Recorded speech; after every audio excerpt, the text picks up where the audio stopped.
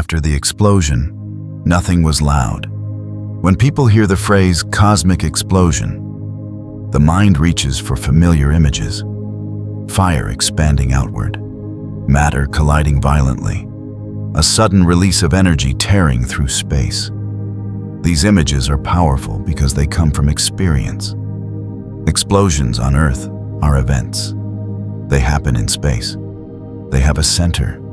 They push outward into surroundings that already exist. The beginning of the universe was not like this. There was no surrounding space for anything to explode into. There was no air, no vacuum, no distance waiting to be crossed. The early universe does not fit into the category of events that happen inside space, because space itself was part of what was changing. This is where language begins to slow down. The term explosion survives mostly because it gestures toward rapid expansion, not because it accurately describes the process. In the earliest moments we can meaningfully talk about, the universe was not exploding outward from a point. It was expanding everywhere at once. Every region was moving away from every other region, not because something was pushing them apart, but because space itself was stretching. This distinction is subtle, but essential. An explosion implies motion through space. The early universe involved the expansion of space. There was no center, no edge, no direction that could be pointed to as outward. Every location experienced the same change. Distances increased not because objects were traveling, but because the metric that defined distance was evolving. If this feels difficult to picture, that is expected. The early universe resists visualization because nothing in daily experience behaves this way. We are accustomed to space being fixed and objects moving within it. The beginning of the universe reverses that relationship. Objects, at first, were secondary. Structure came later. In the earliest describable moments, the universe was extremely hot and extremely dense. Not crowded in the way a room is crowded, but unified in the sense that distinctions had not yet formed. Particles, as we know them, did not yet exist in stable forms. Forces that are separate today were likely unified, behaving as a single framework rather than distinct interactions. This state was not chaotic in the everyday sense. It was simple. Simplicity at this scale does not mean calm or cold. It means uniform. The universe, at its beginning, appears to have been remarkably even. Temperature varied only slightly from place to place. Density was nearly the same everywhere. These tiny variations would later become important, but at the time, the universe was smooth enough that no region stood out. This smoothness is one of the most surprising features of the early universe. If the beginning had been violent in the usual sense, we would expect unevenness. Clumps, turbulence, sharp contrasts. Instead, what we observe when we look back through cosmic history is consistency. The early universe was not dominated by collisions, but by expansion. Expansion does not tear things apart. It creates room. As space expanded, the universe cooled. Energy spread out. Conditions changed slowly enough for structure to emerge rather than collapse. This cooling was not an afterthought. It was the defining feature of what came next. Without it, nothing familiar would exist. No atoms, no stars, no galaxies. The quiet after the cosmic explosion was not empty. It was full of possibility. As the universe expanded and cooled, particles began to settle into more stable relationships. Quarks formed protons and neutrons. Protons and electrons eventually formed atoms. Each step required time, and more importantly, required the universe not to rush. Speed matters less than consistency.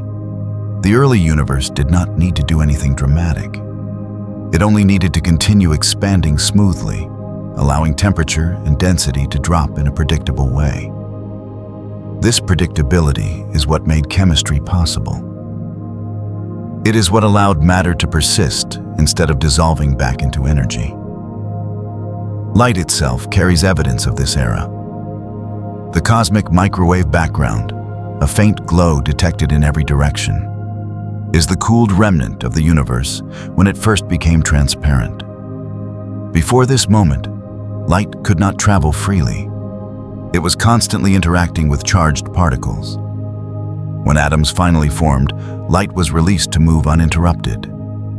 What we observe today is that ancient light, stretched and cooled by billions of years of expansion. It is remarkably uniform. This uniformity tells us something profound. It suggests that the early universe did not behave like a battlefield. It behaved like a system settling into equilibrium. Small variations existed, but they were embedded within a broader calm. Those small variations mattered. Over immense periods of time, gravity amplified tiny differences in density. Slightly denser regions attracted more matter. Over millions of years, those regions grew. This slow process eventually led to the formation of stars, galaxies, and the large-scale structure of the universe. Nothing rushed. The universe did not build complexity through force. It built it through patience. This is the quiet legacy of the cosmic explosion. Not destruction, but spacing. Not noise, but continuity. The beginning did not impose order violently. It allowed order to emerge gradually, guided by laws that remain unchanged today. The same gravity that shaped the first structures still shapes galaxies. The same expansion that cooled the early universe continues now. In this sense, the beginning never truly ended. It transitioned. The universe did not move from chaos to order.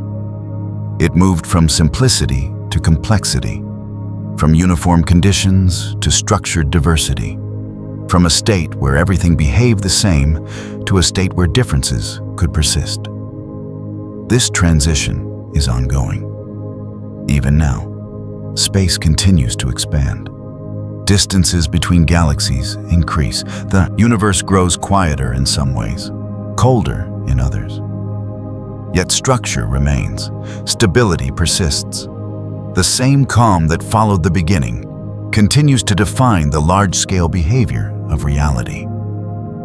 In the next chapter, we'll slow down even further and examine what it means to say before the universe began, and why time itself may not apply in the way we expect. For now, it's enough to notice this. The universe did not begin with noise. It began with space making room. Before time had meaning. To ask what happened before the universe began feels natural. It follows the logic of everyday experience. Events come earlier or later. Causes precede effects. Time stretches backward into memory and forward into expectation. The word before seems harmless, almost unavoidable. Yet at the beginning of the universe, time itself becomes uncertain. This is not a poetic statement. It is a physical one. Time, as we understand it, is not an external stage on which the universe plays out its story. It is part of the universe's structure. It stretches, compresses, and flows according to the geometry of space and the distribution of energy and matter. When those conditions change, time changes with them. At the earliest moments of the universe, the conditions that define time were unlike anything that exists now. In everyday life, time feels steady and universal. Seconds pass at the same rate whether we are moving or still, awake or asleep. Even when physics tells us that time can slow down or speed up, the effect is too small to notice.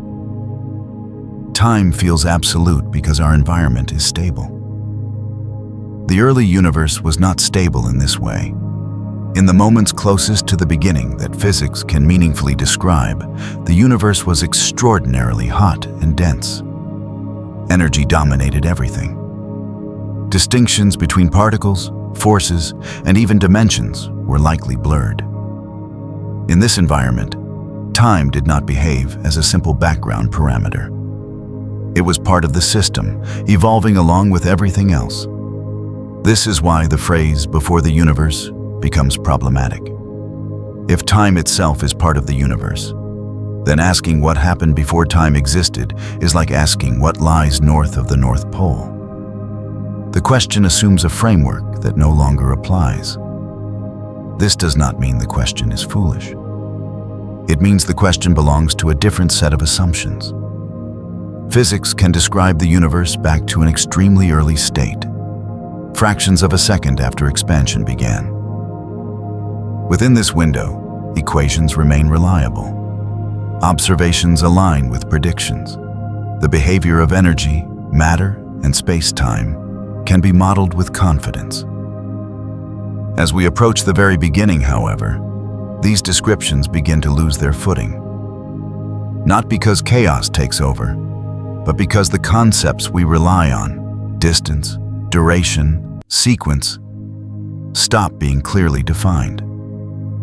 The universe does not become unknowable. It becomes undefined in familiar terms. This distinction is subtle but important. Unknown implies missing information. Undefined implies missing context. At the earliest times, the universe may not have had a meaningful notion of earlier and later in the way we use those words now. Processes may not have unfolded along a single, smooth timeline. Instead, time itself may have emerged gradually as the universe expanded and cooled. In this view, time is not fundamental, it is emergent. An emergent property is something that arises from simpler components interacting over scale.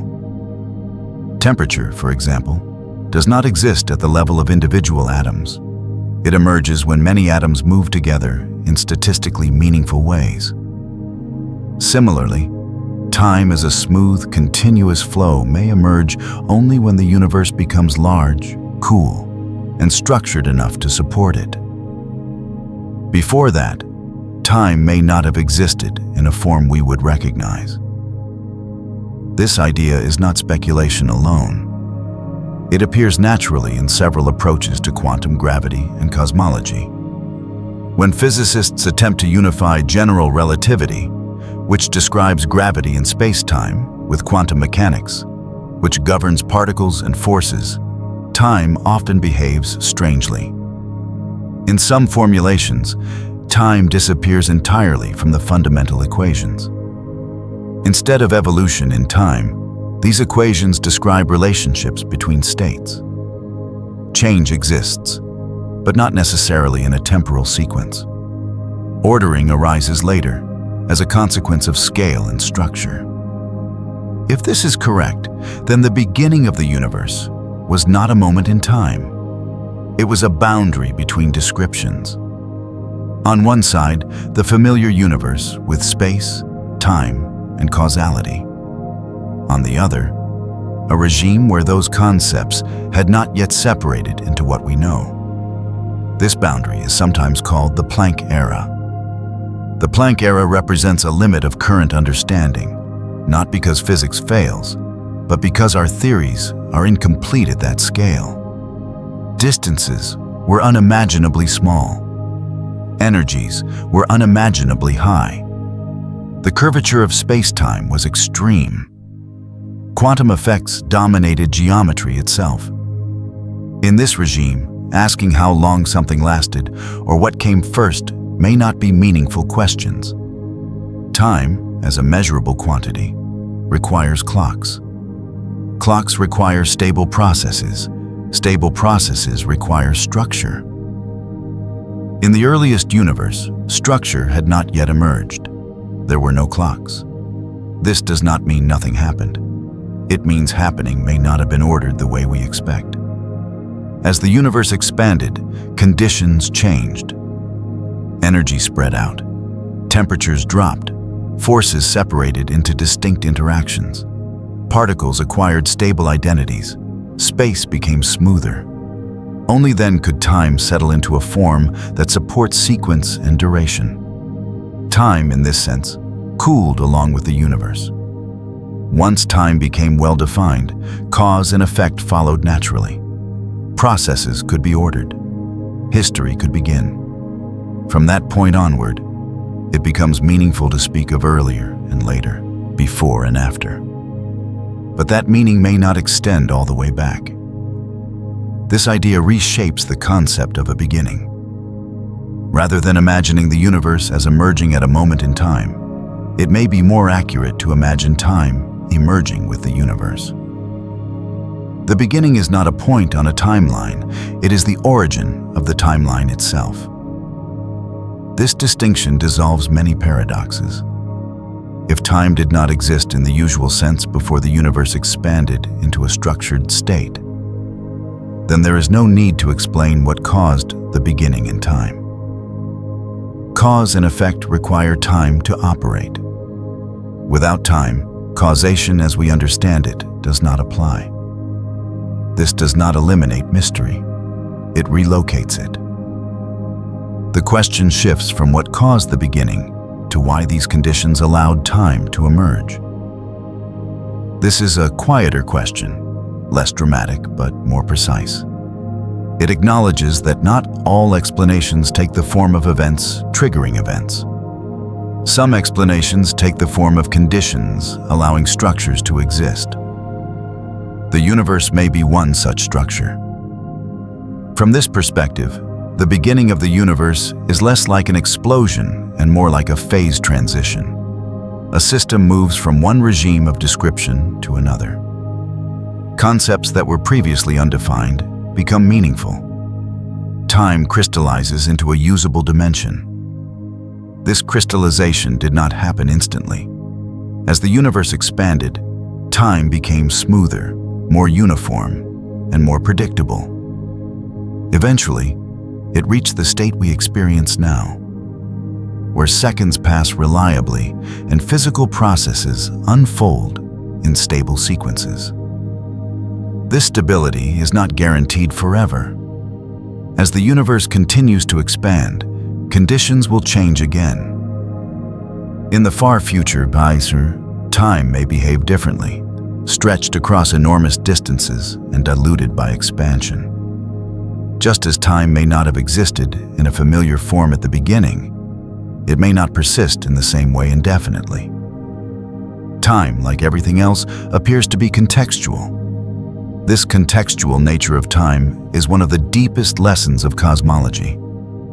It suggests that time is not an absolute backdrop, but a property that depends on the universe's state. When the universe changes, time changes with it.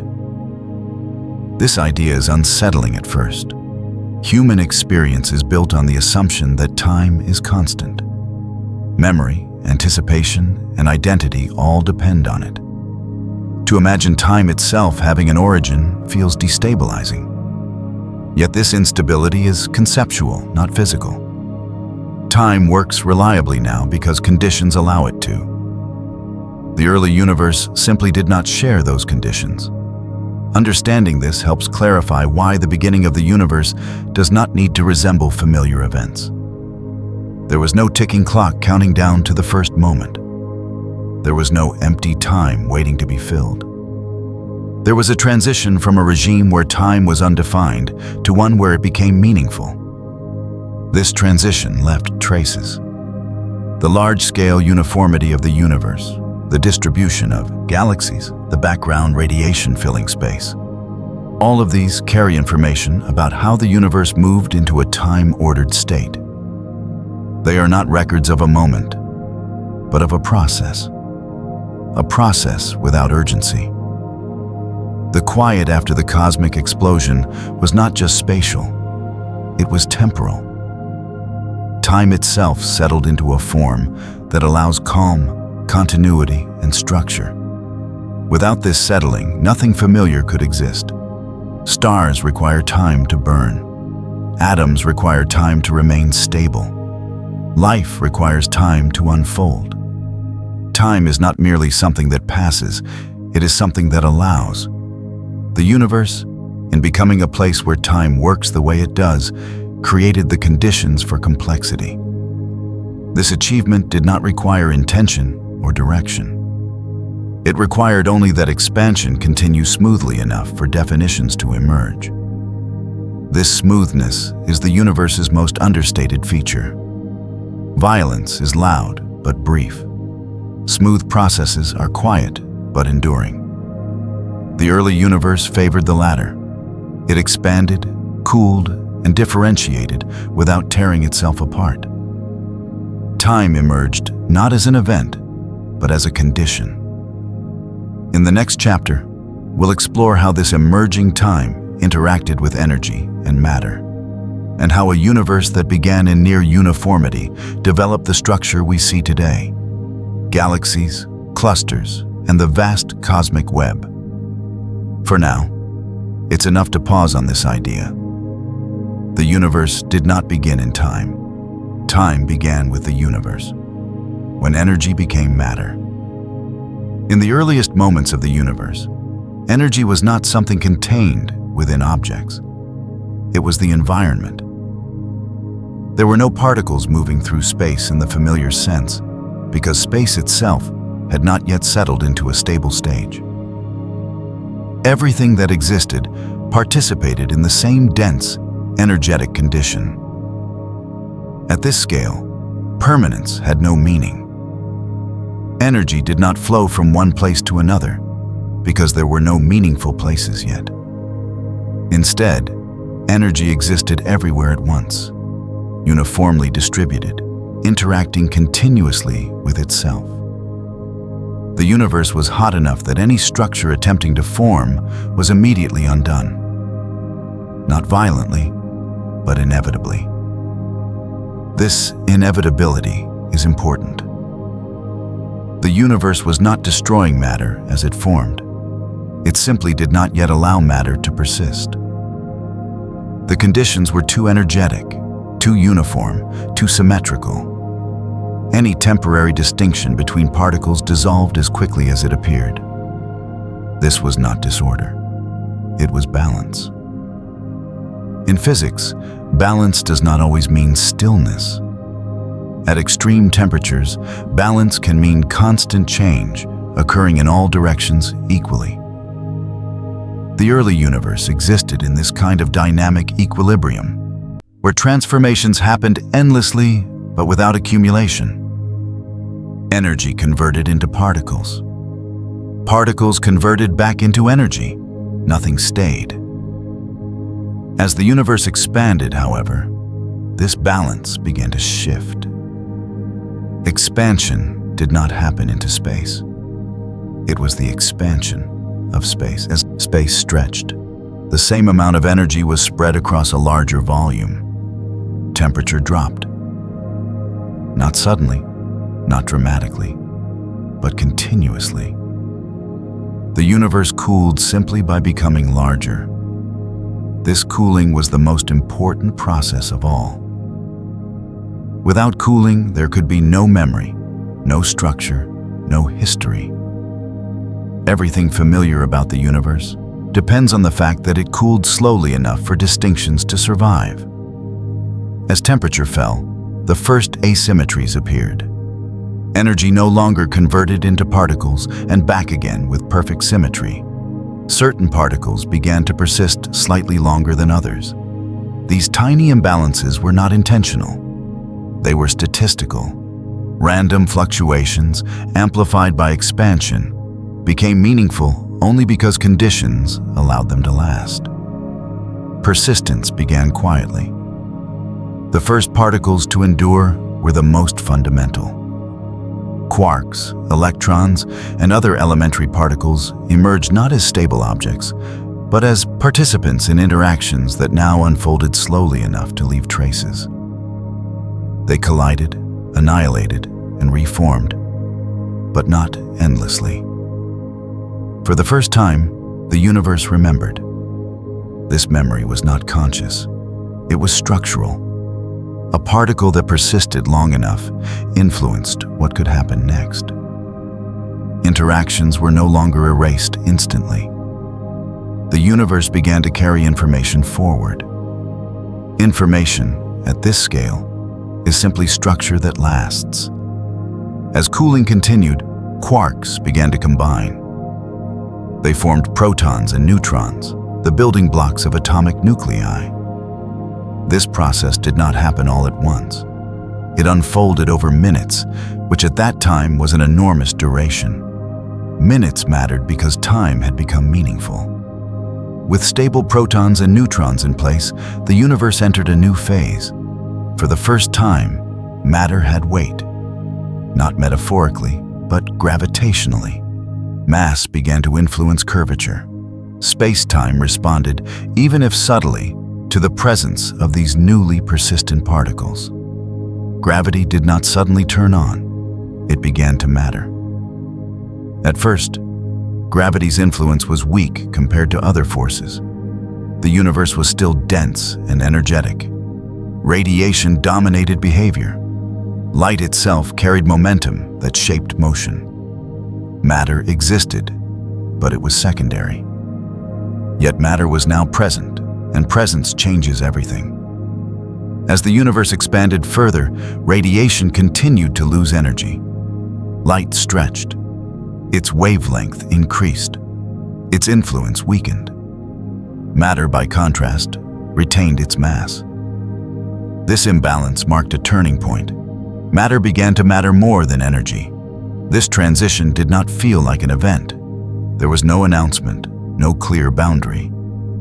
But over time, the universe crossed a threshold where matter became the dominant contributor to gravity and structure. Once that happened, the universe's future changed. With matter in control, differences could grow. Slight variations in density were no longer smoothed out immediately by energetic radiation. Regions that were just a little denser than average began to pull in more matter. Gravity, now working with mass that persisted, could begin its slow work. This was the origin of structure. But even now, atoms did not yet exist. Electrons moved freely through space, repelled by radiation and unable to bind with nuclei. The universe was still too hot, too energetic. Protons existed, electrons existed, but they could not stay together. Any attempt at union was quickly undone. The universe, at this stage, was a plasma. Plasma is often associated with chaos, but this plasma was remarkably uniform. Charged particles moved freely, interacting constantly with light.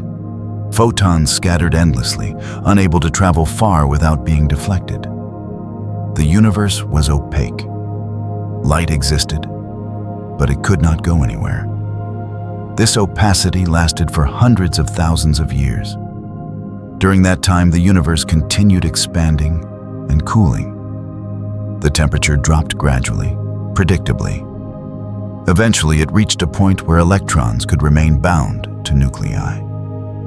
This moment is known as recombination. The word is misleading. It suggests something returning to a previous state. In reality, it was a first.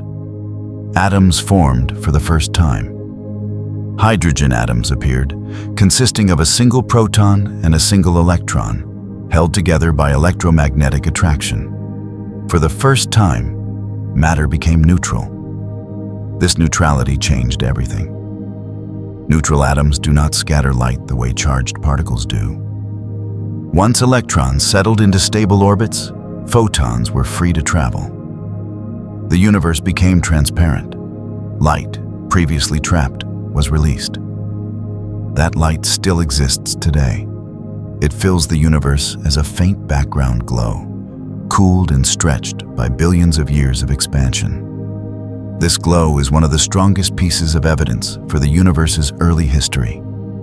It is not an image of a moment, but a record of a transition. A transition from opacity to clarity. When atoms formed, the universe entered a quieter phase. Interactions became less frequent. Energy exchanges slowed. Matter began to behave independently rather than as part of a unified plasma. Silence followed density. This silence was not emptiness. It was opportunity. With neutral atoms in place, gravity could finally work without interference. Over immense spans of time, matter began to gather. Regions slightly denser than average became seeds for future structure. These seeds were not created at recombination. They existed long before, as tiny fluctuations in the early universe. Now, for the first time, they could grow. Growth did not happen quickly. It unfolded over millions and then billions of years. Matter drifted inward slowly. Clouds formed. Pressure and gravity competed. Eventually, the first stars ignited. But none of this would have been possible without the earlier transition. Energy becoming matter was not just a change in substance, it was a change in pace. The universe slowed down enough for memory to accumulate. It allowed cause and effect to extend across time. Before this transition, the universe had no long-term consequences. After it, history became possible. This is the quiet truth of the cosmic explosion. The universe did not begin by building complexity. It began by creating conditions under which complexity could wait. Energy dispersed. Temperature fell. Interactions slowed. Persistence emerged. Matter is persistence made visible. Every atom that exists today is a survivor of this transition. It exists because the universe cooled enough to let it remain. Every structure, from stars to galaxies to living systems, traces its existence back to this moment when energy stopped undoing itself instantly. Nothing rushed. The universe allowed itself to cool, to settle, to remember. This patience is often overlooked because it lacks spectacle. Yet without it, nothing could endure. The loudest moment of the universe's story gave way quickly to one of the quietest, a long era where nothing dramatic happened, but everything important became possible. The quiet after the cosmic explosion was not empty. It was full of waiting. In the next chunk, we'll explore how gravity used this waiting time to shape the universe's large-scale structure, and how small differences grew into galaxies, clusters, and the vast cosmic web.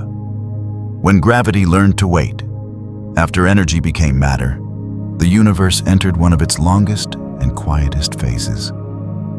There were no stars lighting the darkness, no galaxies spinning into view, no heavy elements, and no observers. Space expanded steadily, atoms drifted slowly, and gravity began its work without urgency. This period is sometimes called the cosmic dark age. But darkness here does not mean absence. It means patience. Gravity, unlike the other fundamental forces, does not require proximity to act. It works across distance. It accumulates influence slowly. And most importantly, it remembers. Every tiny imbalance, every slight excess of matter, no matter how small, contributes to its long-term effect. At this stage, the universe was almost perfectly uniform, almost. Tiny variations in density existed from the earliest moments. These were not created later. They were imprinted during the universe's first instance, when quantum fluctuations were stretched across cosmic scales by rapid expansion. At the time, these variations were insignificant, differences of less than 1 part in 100,000, but gravity does not need large differences. It only needs time. As the universe expanded and cooled, radiation continued to lose energy. Matter, now dominant, began to guide the overall behavior of space. Where density was slightly higher, gravity pulled a little more strongly. Where density was slightly lower, matter drifted away more easily. These effects were subtle. Nothing collapsed suddenly. Nothing rushed inward. Over thousands, then millions of years, matter responded, almost imperceptibly. Atoms drifted toward denser regions at speeds that would feel motionless on human timescales. Gravity learned to wait because it had no choice. In a rapidly expanding universe, impatience leads nowhere. Only processes that operate slowly enough to remain coherent can succeed. Gravity, by its nature, is slow. It accumulates influence quietly, shaping motion over long durations rather than short bursts. This slowness became an advantage. As expansion stretched space, gravity countered it locally. Not everywhere, only where matter was slightly more concentrated. In those regions, expansion slowed just enough for attraction to win. Matter began to gather, not into compact objects yet, but into diffuse clouds spanning vast distances. These clouds were cold and dark. They did not glow. They did not collapse fully. They simply became a little denser than their surroundings. Over time, these regions grew larger, pulling in matter from farther away. Gravity extended its reach gradually, deepening its influence without drawing attention. This was the beginning of structure. Not structure as we imagine it now, but structure as tendency. A direction in which matter preferred to move. A pattern emerging from statistical imbalance. The universe began to develop a subtle texture, like faint ripples forming on a perfectly still surface. These ripples mattered. They determined where the first stars would eventually form, where galaxies would gather, and where vast cosmic voids would remain nearly empty. Everything that followed was shaped by these early preferences, established quietly during an era with no light and no witnesses. The universe was not building objects yet. It was shaping probability. As matter gathered into denser regions, pressure increased. Motion became slightly more organized. Still, nothing dramatic occurred. The clouds remained diffuse, spanning distances that would later contain entire galaxies. Inside these clouds, gravity continued to work. Atoms collided gently, exchanging energy. Over immense spans of time, some regions lost energy more effectively than others. Where energy could be shed, matter settled further inward. Where it could not, expansion continued to dominate. This balance between gravity and pressure was delicate. Too much pressure and collapse stalled. Too little and nothing resisted gravity. Only in regions where conditions aligned just right could matter continue its slow inward drift.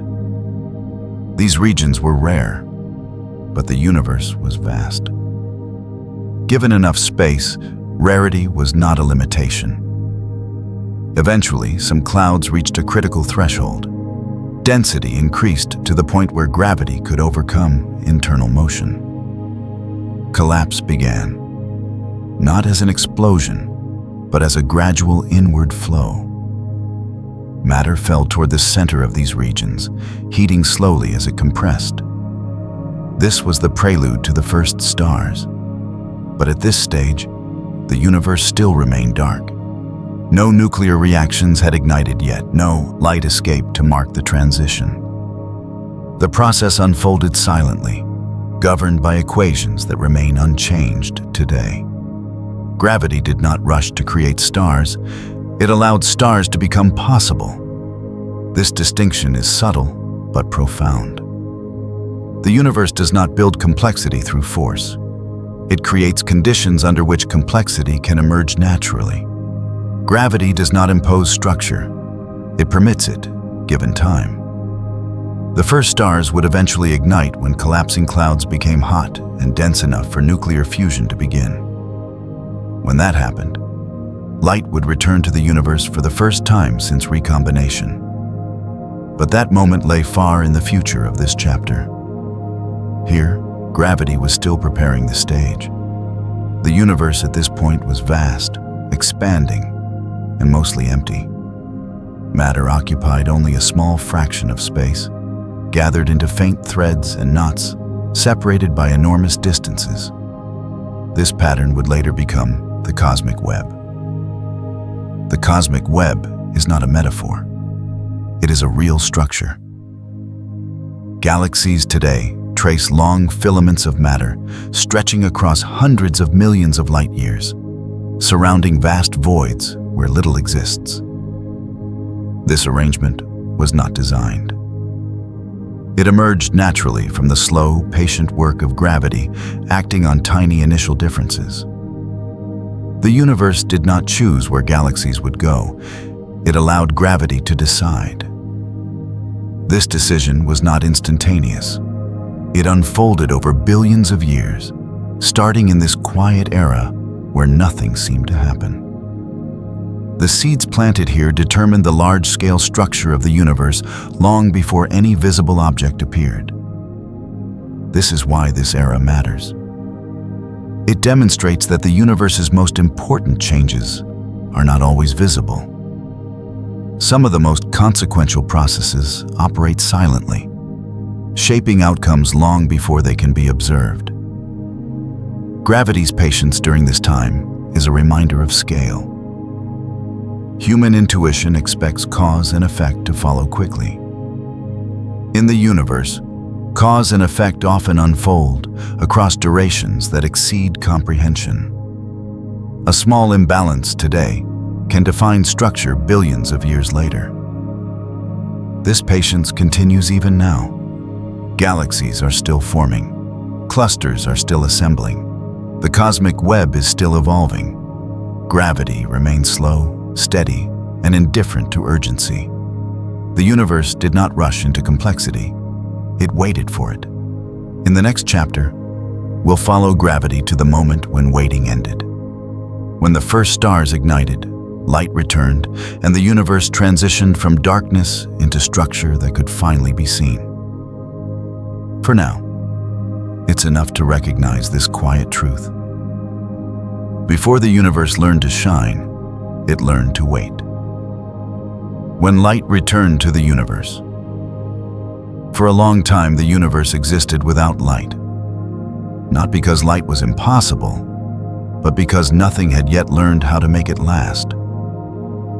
Photons moved freely through space after atoms formed, but they did not originate from stars. There were no steady sources, no glowing surfaces, no sustained reactions releasing energy into the darkness. The universe was transparent, but unlit. This absence of light was not emptiness. It was anticipation.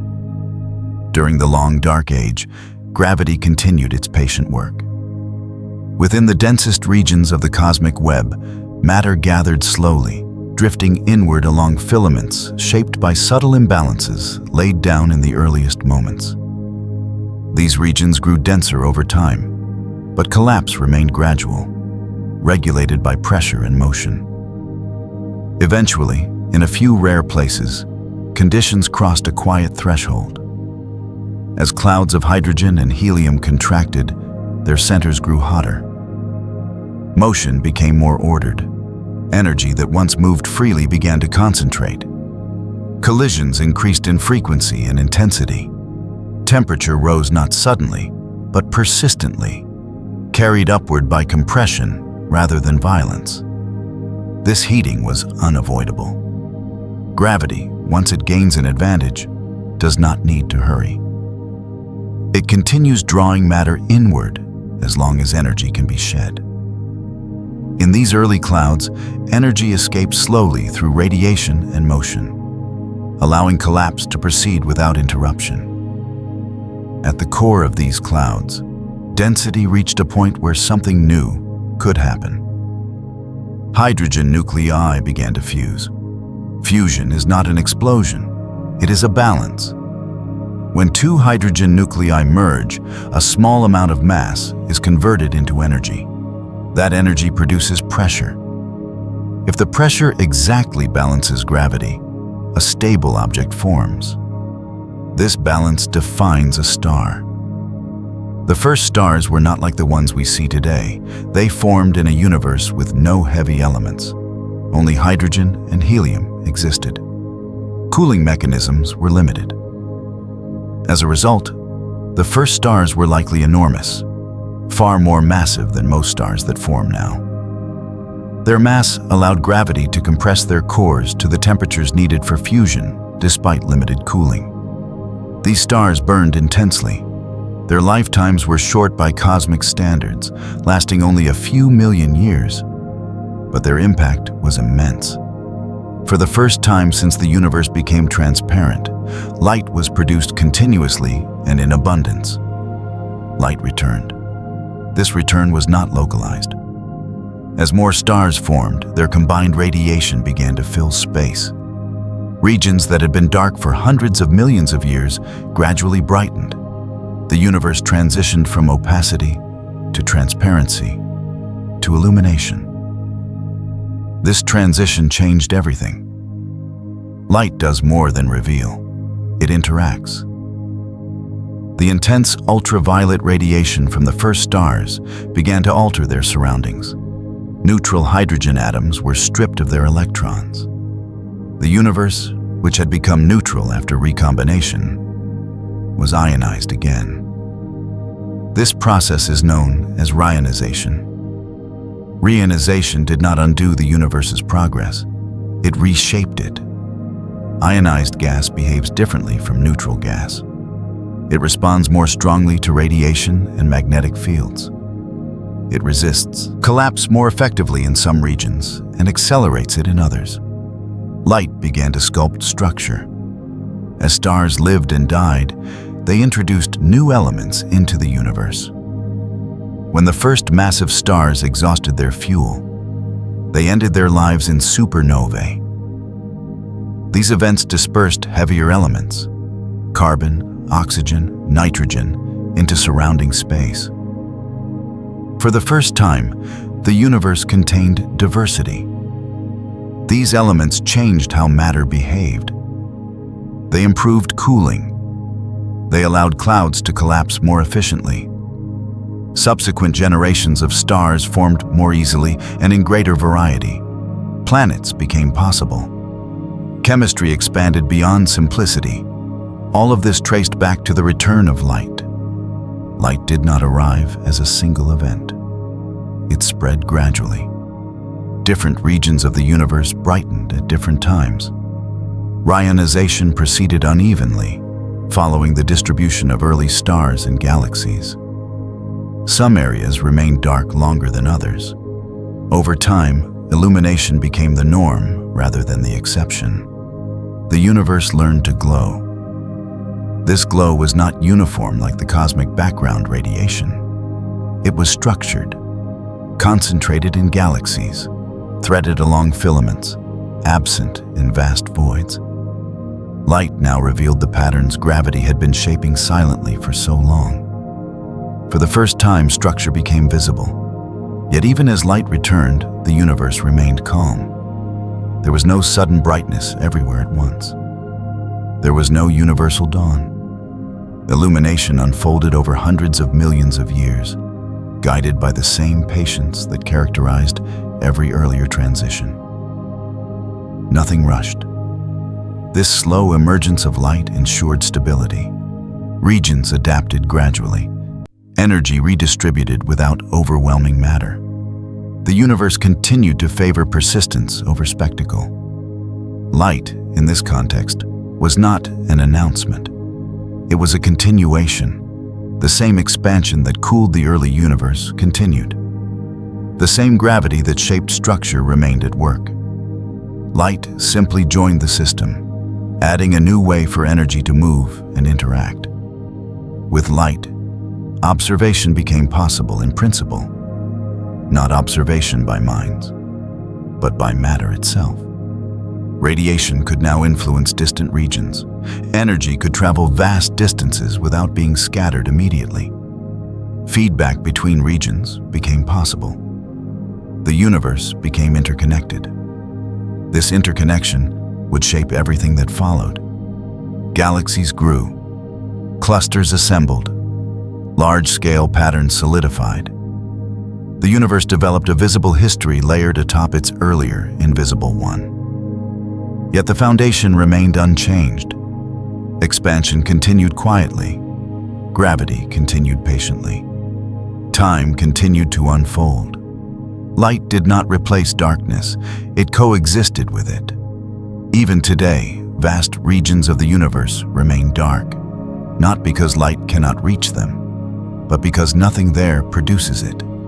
Illumination is still uneven, still structured, still guided by the same imbalances established near the beginning. The return of light was not an end. It was a threshold. It marked the moment when the universe became something that could, in principle, be seen. Everything before it laid the groundwork. Everything after it elaborated on that structure. In the next chapter, we'll step back and look at the universe as it continues to expand. How space itself keeps stretching, how galaxies drift apart, and how the quiet motion that began at the very beginning still shapes reality today. For now, it's enough to remember this. The universe did not begin in light. It learned how to shine. The expansion that never stopped. Long after light returned to the universe, long after the first stars lived and died, something more fundamental continued unchanged. Space itself kept expanding. Not as a background effect, not as a leftover from the beginning, but as an active, ongoing process woven into the structure of reality. The expansion of the universe did not end when the first galaxies formed. It did not slow to a halt once structure appeared. It never truly stopped. From the earliest moments to the present day, expansion has been the quiet constant beneath every transformation. This persistence is often misunderstood.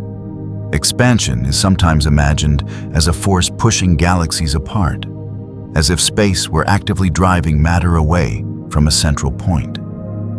But the universe has no center, and expansion is not a push. It is a change in scale. Distances between distant regions increase because the fabric that defines distance continues to stretch. Galaxies are not flying through space away from one another. Space itself is growing between them. This distinction matters because it explains why expansion can coexist with structure. On small scales, gravity holds systems together. Atoms remain bound. Stars orbit galaxies. Galaxies orbit within clusters. Expansion does not tear these systems apart because gravity dominates locally. On large scales, however, gravity weakens. Expansion takes over. Beyond the boundaries of clusters, beyond regions where matter is densely packed, space stretches freely. Over time, this stretching increases the separation between galaxies that are not gravitationally bound. The universe grows larger without needing to rearrange its contents. This growth is gentle. No alarms mark it. No thresholds are crossed abruptly. From moment to moment, expansion is imperceptible. Over billions of years, it becomes undeniable. Light traveling across the universe stretches as space stretches. Its wavelength increases, its energy decreases. This stretching leaves signatures that can be measured even today. Redshift is one such signature. Light from distant galaxies arrives stretched toward longer wavelengths. This stretching is not caused by motion through space in the usual sense. It is caused by the expansion of space during the light's journey. The farther the light travels, the more space it crosses and the more it stretches. In this way, expansion writes its history into light. By measuring how much light has stretched, astronomers infer how much the universe has expanded since that light was emitted. These measurements reveal a universe that has been expanding steadily for billions of years. not slowing to rest, not reversing, continuing. For much of cosmic history, expansion was slowing gradually under the influence of gravity. Matter resisted expansion by pulling inward. The more matter the universe contained, the stronger this resistance was expected to be. For a long time, this expectation held. But as observations improved, something unexpected appeared. Distant galaxies were not slowing down as much as predicted. In fact, expansion was accelerating. Space was not just growing, it was growing faster over time. This acceleration was subtle at first, detectable only through careful measurement of distant supernovae. But the evidence accumulated. Independent observations converged. The universe's expansion was not being gradually reined in by gravity. It was speeding up. To account for this behavior, cosmology introduced a new component: dark energy. Dark energy is not energy in the everyday sense. It does not clump. It does not form structures. It does not interact with matter in familiar ways. It appears as a property of space itself, causing space to expand at an accelerating rate. This idea is unsettling because it feels abstract. Dark energy does not announce itself through events. It does not shine. It does not collide. It reveals itself only through what it causes space to do over immense distances and long durations. In this way, dark energy resembles expansion itself. It operates quietly, uniformly, without preference for location or direction. Wherever space exists, dark energy appears to exist as well, contributing to the universe's large-scale behavior. The presence of dark energy changes the universe's long-term future. As expansion accelerates, distant galaxies will move beyond the reach of observation. Their light will stretch until it becomes undetectable. Over trillions of years, the observable universe will grow quieter and emptier, not because matter disappears, but because expansion separates regions beyond communication. This future is not violent. It is gradual. The universe does not tear itself apart. It thins. Structures remain intact locally while becoming increasingly isolated from one another.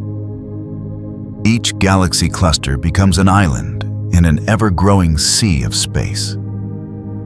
This outcome is not a catastrophe. It is a continuation.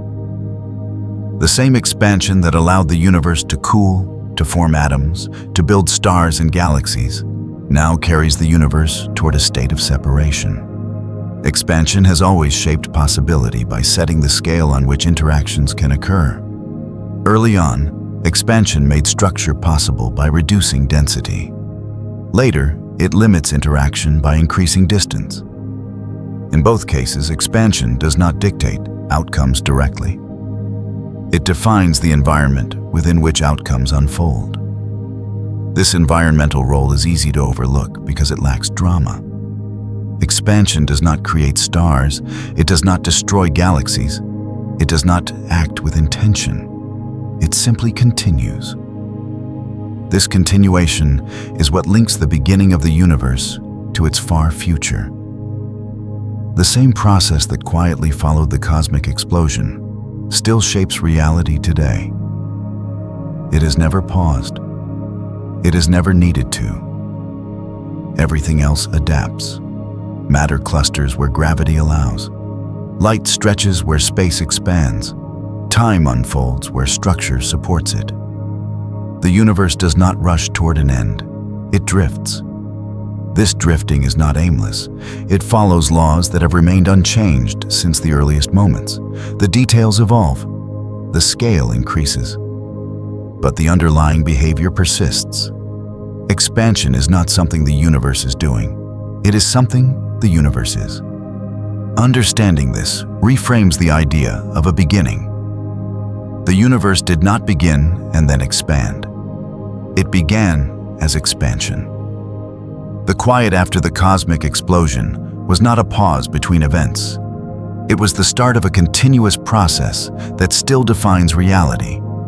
Everything that exists now exists within that process. Stars shine within it. Galaxies move within it. Time unfolds within it. Expansion does not compete with gravity or light or matter. It provides the stage on which they interact. This stage grows larger with every passing moment. In the next chapter, we'll explore how this expanding universe gives rise to large-scale patterns, galaxy clusters, cosmic voids, and the vast web that connects everything we can observe. For now, it's enough to recognize this quiet truth. The universe did not finish beginning. It is still becoming. The shape of everything. As the universe continued to expand, it did not spread matter evenly. Expansion created room, but gravity decided how that room would be occupied.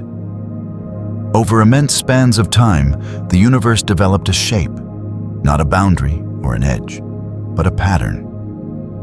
This pattern is subtle, vast, and easy to miss unless viewed from far enough away. It is known as the large-scale structure of the universe. From a human perspective, space appears mostly empty. Stars are distant. Galaxies are separated by enormous voids. Yet when astronomers map the distribution of matter across hundreds of millions of light years, a different picture emerges. Matter is not scattered randomly.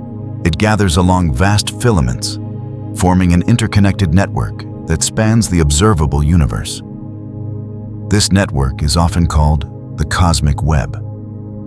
The cosmic web is not built from solid strands. It is made of galaxies, gas, and dark matter, arranged along invisible pathways shaped by gravity. These filaments intersect at dense nodes, where galaxy clusters form. Between them lie enormous voids, regions where matter is scarce and expansion dominates. This structure did not appear suddenly.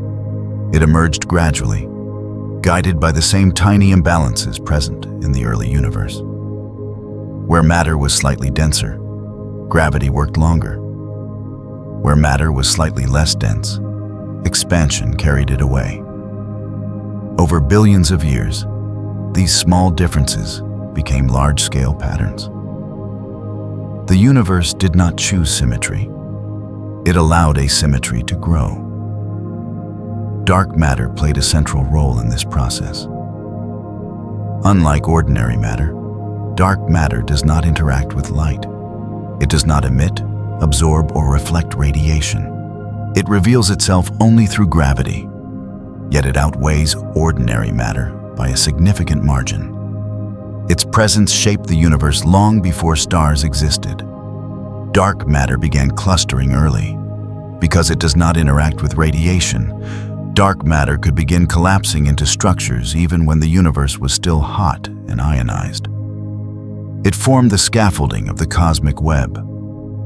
Ordinary matter followed later, drawn into these gravitational wells once it became free to move independently. In this sense, galaxies formed where dark matter was already waiting. This waiting was patient. Dark matter does not rush. It accumulates quietly, shaping potential rather than outcome. Its influence is felt not through action, but through arrangement. Where dark matter gathered, matter followed. Where it did not, space remained empty. The result is a universe that is structured but sparse. Filaments stretch across immense distances, connecting clusters like threads connecting beads. These filaments are not rigid. They evolve slowly, changing shape as matter flows along them. Over time, clusters grow larger, voids grow emptier, and the contrast between dense and empty regions increases. This contrast is a natural outcome of expansion. As space grows, regions that are already dense resist expansion more effectively. Regions that are empty expand more freely. Over time, This difference amplifies itself. Dense regions become denser. Empty regions become emptier. This process is not violent, it is selective. The universe does not tear itself apart, it differentiates. It allows some regions to remain connected while others drift away. The cosmic web becomes more pronounced, not because matter moves faster, but because expansion stretches the space between structures. From within a galaxy, this structure is invisible. The Milky Way appears isolated, surrounded by darkness. Only by stepping back, conceptually, does the pattern become clear. The universe reveals its shape only at the largest scales, where individual objects blur into statistical distributions. This requirement for distance is telling. Understanding the universe often requires letting go of detail. Individual stars matter locally, galaxies matter regionally. The cosmic web matters only when viewed as a whole. Each scale carries its own form of meaning. The shape of the universe is not something that can be seen from any one place. It is inferred. By mapping the positions and motions of millions of galaxies, astronomers reconstruct the large-scale structure indirectly. Patterns emerge not from individual observations, but from accumulation. The shape of everything is statistical, not visual. This statistical nature aligns with the universe's overall character. Most of what defines reality operates quietly, without clear boundaries or sharp edges. Structures overlap, influences blend, patterns emerge slowly. The cosmic web is not a solid framework.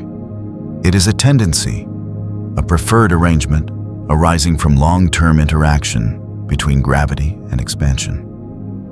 This arrangement continues to evolve. Clusters of galaxies are still assembling. Filaments are still channeling matter inward. Voids are still growing. The universe's shape is not fixed. It is dynamic on timescales that dwarf observation. Yet the underlying pattern remains stable. This stability is another expression of patience. The universe does not reinvent its structure frequently. It refines it. Small changes accumulate into large effects only over immense spans of time. The cosmic web we observe today is the matured version of patterns laid down near the beginning. In this way, the universe carries its history forward. The shape of everything is not separate from the beginning. It is the beginning, expressed slowly. The quiet after the cosmic explosion still echoes in the way matter arranges itself, in the way space stretches, in the way gravity guides motion. This continuity is easy to miss because it lacks punctuation. There is no moment when the cosmic web was completed. There is no instant when the universe's shape settled into place. It has always been forming, always adjusting, always responding to the same fundamental processes. Expansion sets the scale. Gravity sets the pattern. Time allows the result. This triad defines the universe at every stage. As expansion continues to accelerate, the cosmic web will gradually thin. Filaments will stretch. Clusters will become more isolated. Over trillions of years, the shape of everything will simplify, leaving only bound structures intact. This future is not abrupt. It is quiet. The universe does not collapse inward or tear itself apart. It continues differentiating, allowing separation to increase where gravity cannot hold things together. The cosmic web fades not because it is destroyed, but because it is diluted. Even this dilution follows the same rules. Nothing is wasted. Nothing is reversed. The universe does not undo its past. It carries it forward into new configurations, each shaped by the same persistent laws. The shape of everything, then, is not a static answer. It is a process. A process that began with near uniformity, passed through darkness and light, built structure patiently, and continues now in a quieter, more spacious universe. In the next chapter, we'll turn from structure to perspective. We'll consider how observers fit into this vast arrangement, and how understanding arises within a universe that is shaped slowly, without reference to attention. For now, it's enough to sit with this idea. The universe has a shape, but it reveals itself only over time. Understanding without a center. In a universe shaped by expansion, gravity, and time, there is no natural center from which everything else is arranged. This idea is simple to state, but difficult to absorb. Human experience is built around centrality. We live at the center of our bodies, our homes, our immediate surroundings. We look outward from a fixed position and assume that structure radiates away from where we stand. The universe does not share this perspective. On the largest scales, every location is equivalent. Expansion does not originate from a point. The cosmic web does not converge on a single hub. Galaxies do not orbit a universal core. Wherever you are, the universe appears to be expanding away from you in every direction. Not because you are special, but because expansion happens everywhere at once. This lack of centrality is one of the most important features of cosmology. It means that the universe does not privilege perspective. No location carries inherent importance. No vantage point reveals a hidden axis. Structure exists, but it is distributed. Influence exists, but it is local. Meaning does not flow outward from a center, because there is no center to begin with. This challenges an intuitive assumption. When people imagine the universe, they often picture it as an object, something with an inside and an outside, a middle and an edge. This picture feels natural because objects in daily life have boundaries. The universe, however, is not an object within a larger space. It is the space in which objects exist. Asking where the center of the universe is assumes a surrounding framework that does not exist. This realization does not make the universe abstract or inaccessible. It makes it consistent. The same laws apply everywhere. Observations made in one galaxy would look much like observations made in another. There is no privileged viewpoint from which the universe reveals a truer version of itself. Understanding, then, does not come from position. It comes from pattern. Patterns emerge when observations are combined across distance and time. No single measurement explains the universe. Coherence arises when many local perspectives are woven together into a larger picture. This picture is not seen directly. It is inferred. Inference is the quiet backbone of cosmology. Most of what we know about the universe comes not from seeing structures directly, but from recognizing how effects repeat. Light stretches in predictable ways. Galaxies cluster statistically. Background radiation remains uniform. These regularities allow understanding to accumulate even when no central viewpoint exists. In a universe without a center, understanding itself becomes decentralized. No single observation is sufficient. Knowledge grows through consistency rather than authority.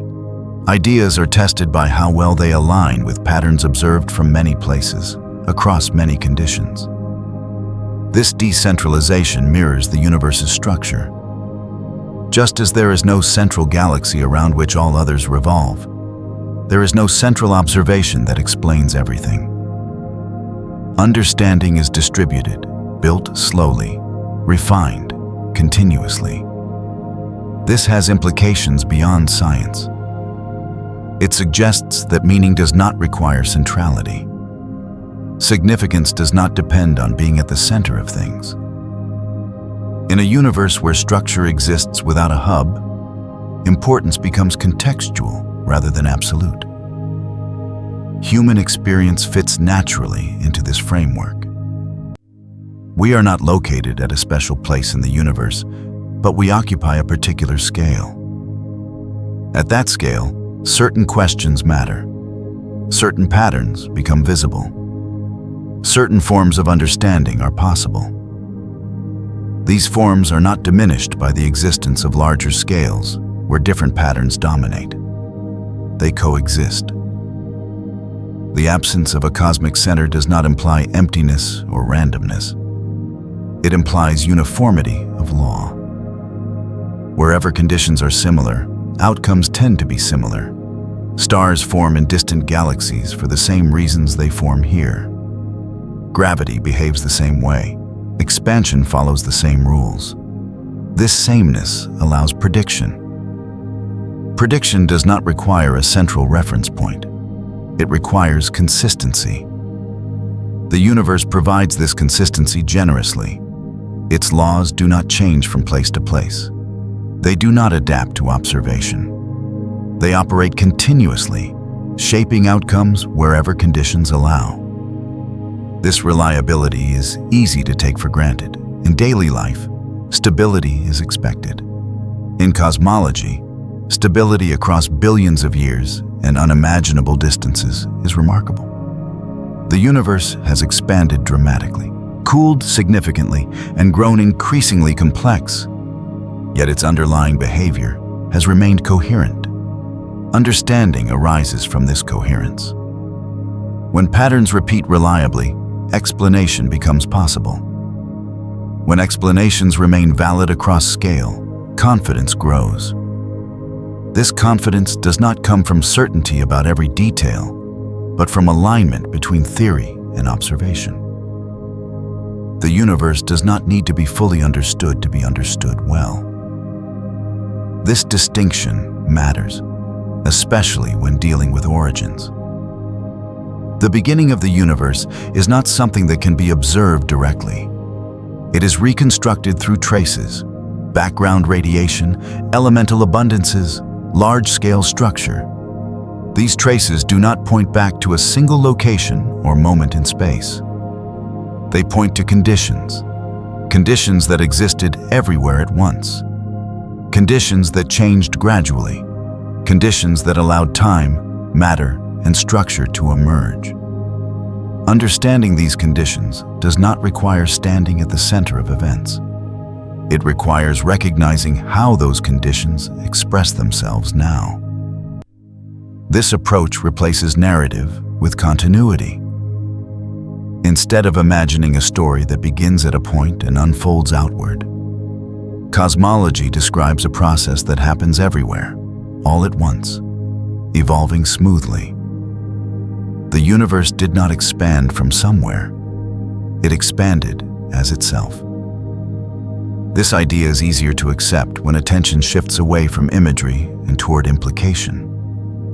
If expansion occurs everywhere, then the universe has always been large. Not infinite in the way imagination sometimes suggests, but without a meaningful boundary. What we observe is limited by light travel time, not by edges. Beyond what we can see, the same processes likely continue. This continuity beyond observation reinforces humility.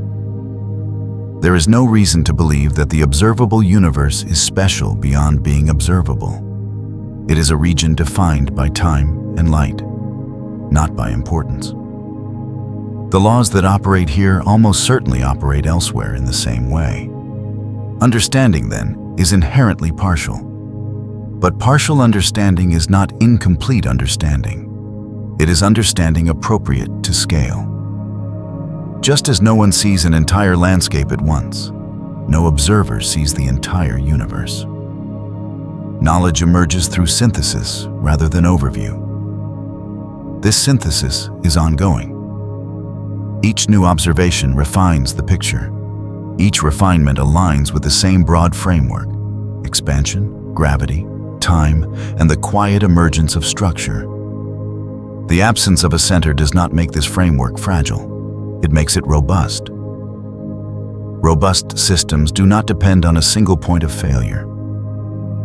The universe, lacking a center, lacks a single place where understanding could collapse. Its coherence is distributed.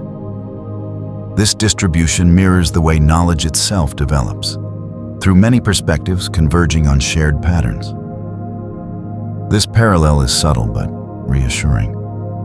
It suggests that the universe is not structured in opposition to understanding. It is structured in a way that makes understanding possible, even if never complete. Laws are accessible. Patterns are stable. Effects are consistent. Meaning arises not from being central, but from being connected.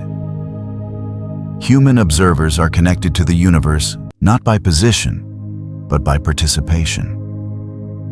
We exist within the same expansion, under the same gravity, governed by the same time.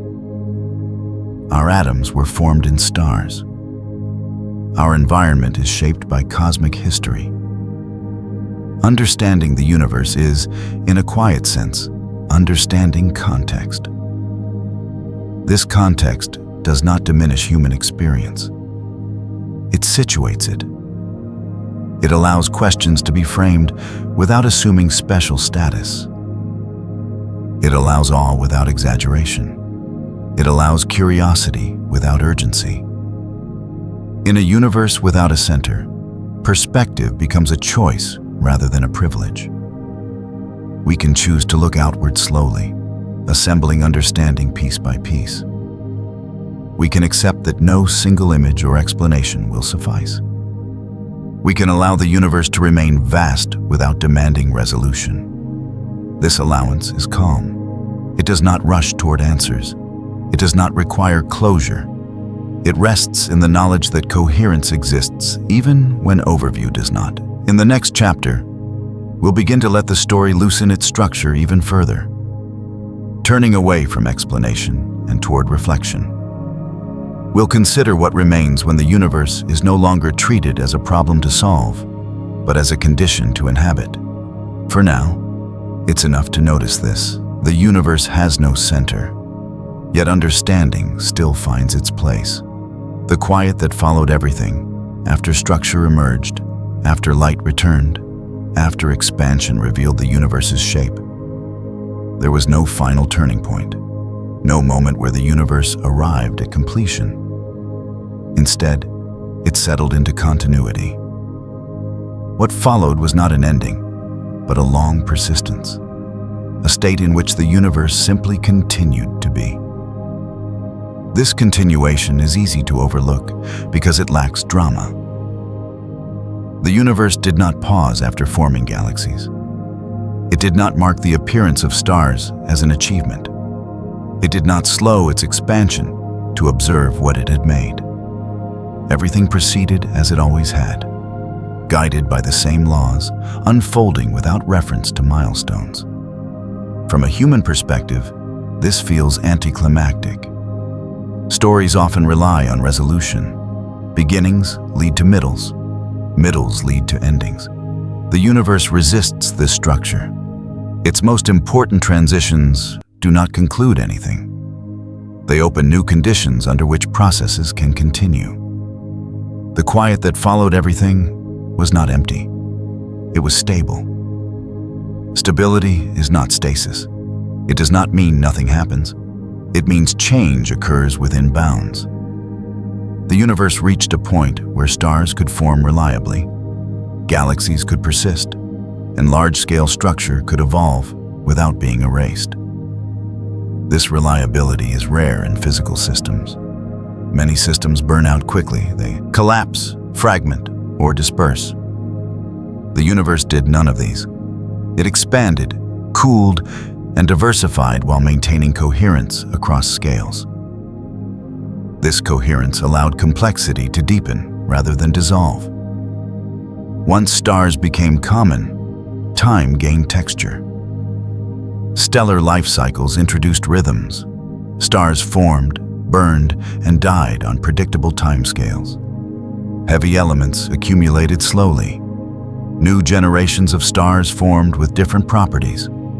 Planets assembled from leftover material. Chemistry became richer. None of this required intervention. The universe did not adjust itself to support complexity. Complexity arose because conditions allowed it to. Expansion continued to lower average density. Gravity continued to cluster matter locally. Energy continued to redistribute. These processes remained balanced. Too much expansion and structure would never have formed. Too much gravity, and the universe might have collapsed back in on itself. The fact that neither extreme occurred is not evidence of design. It is evidence of consistency.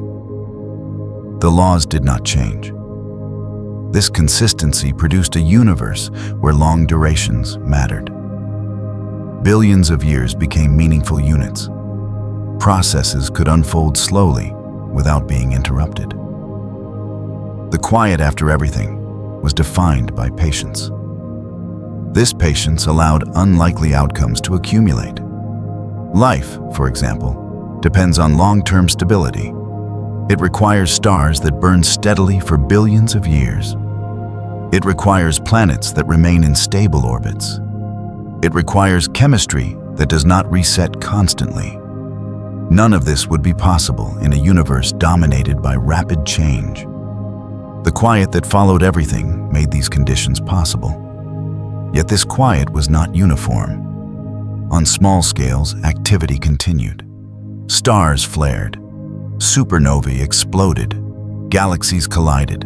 Black holes merged. Locally, the universe remained dynamic, but these events unfolded within a larger calm. They did not threaten the overall structure. This layered behavior is characteristic of the universe. At large scales, change is slow and smooth. At smaller scales, it can be dramatic. The two coexist without conflict. The calm of the large scale absorbs the noise of the small. This absorption is not suppression, it is integration.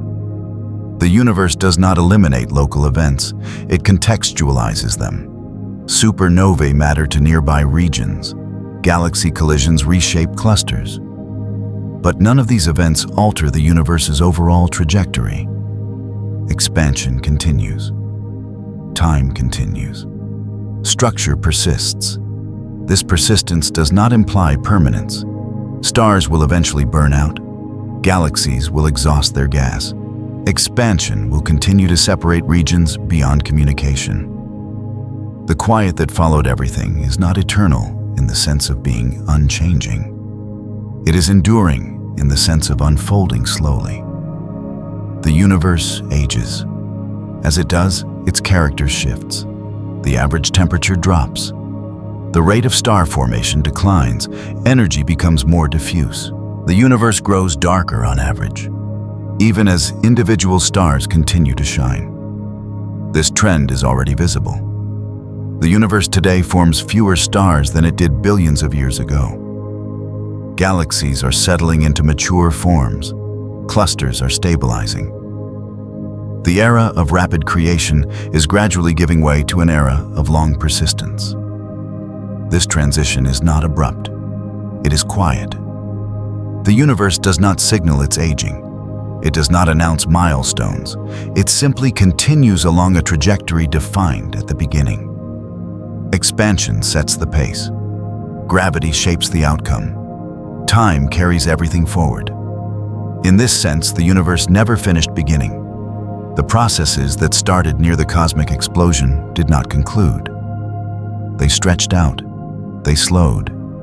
They matured. The quiet after everything is simply the continuation of those same processes under different conditions. Understanding this dissolves the idea of an ending. There is no final chapter written into the universe's structure.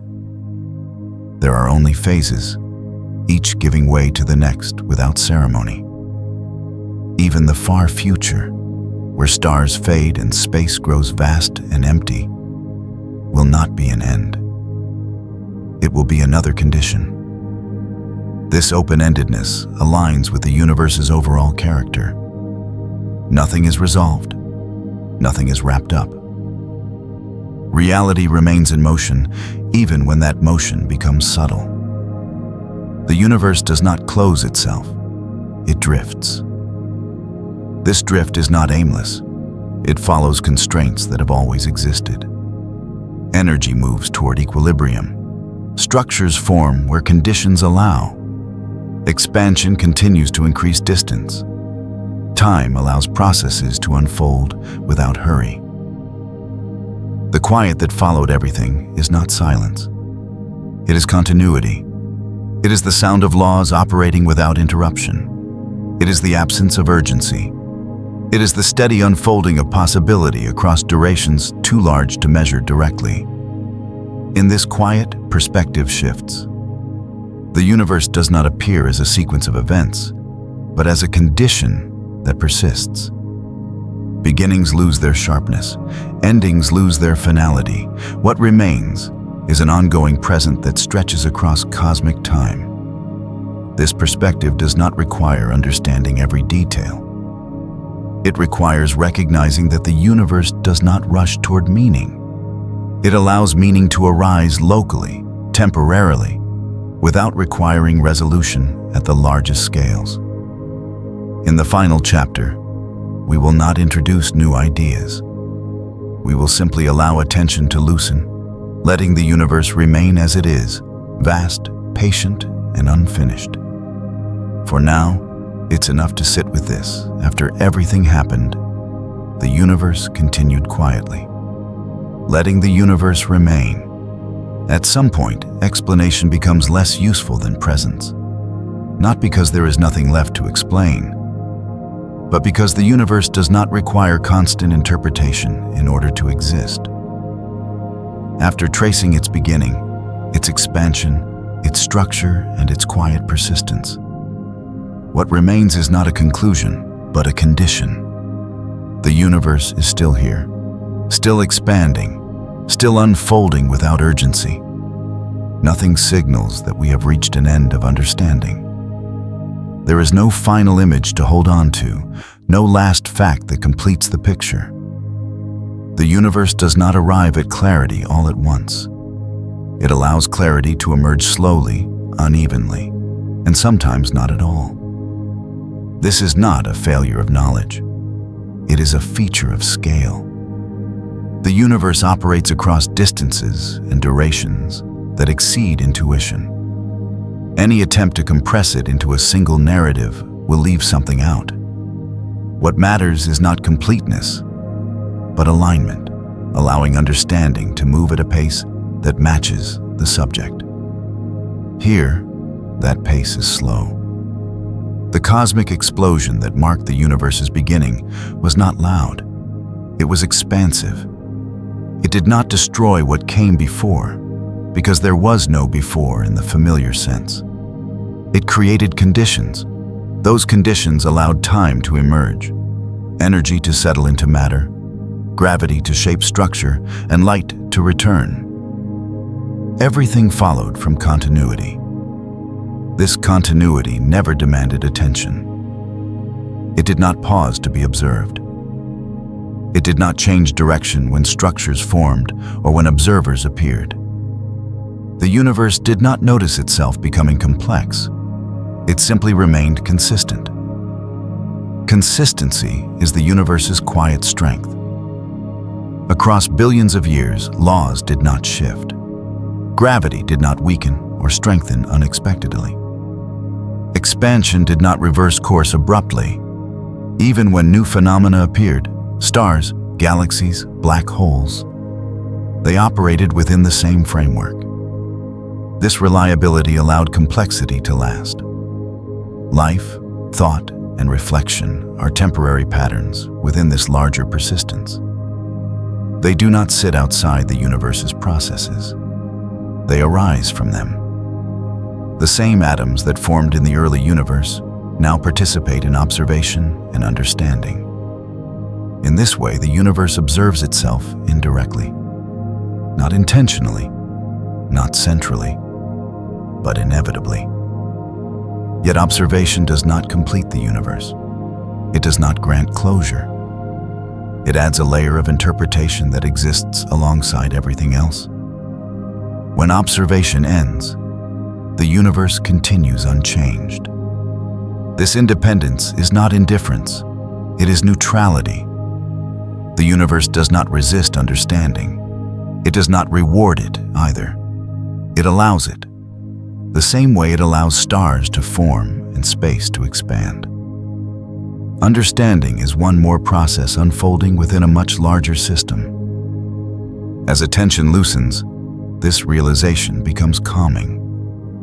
There is no need to hold the universe together in thought. It does not require maintenance. It does not collapse when not observed. It does not demand resolution. It simply continues. The quiet after the cosmic explosion was not a pause between events. It was the beginning of a long stability that made everything else possible. That quiet has never truly ended. It persists beneath motion, beneath light, beneath change. Even now, in a universe filled with activity, the dominant behavior is still patience. Expansion continues smoothly. Gravity works slowly. Time allows processes to unfold. Nothing rushes.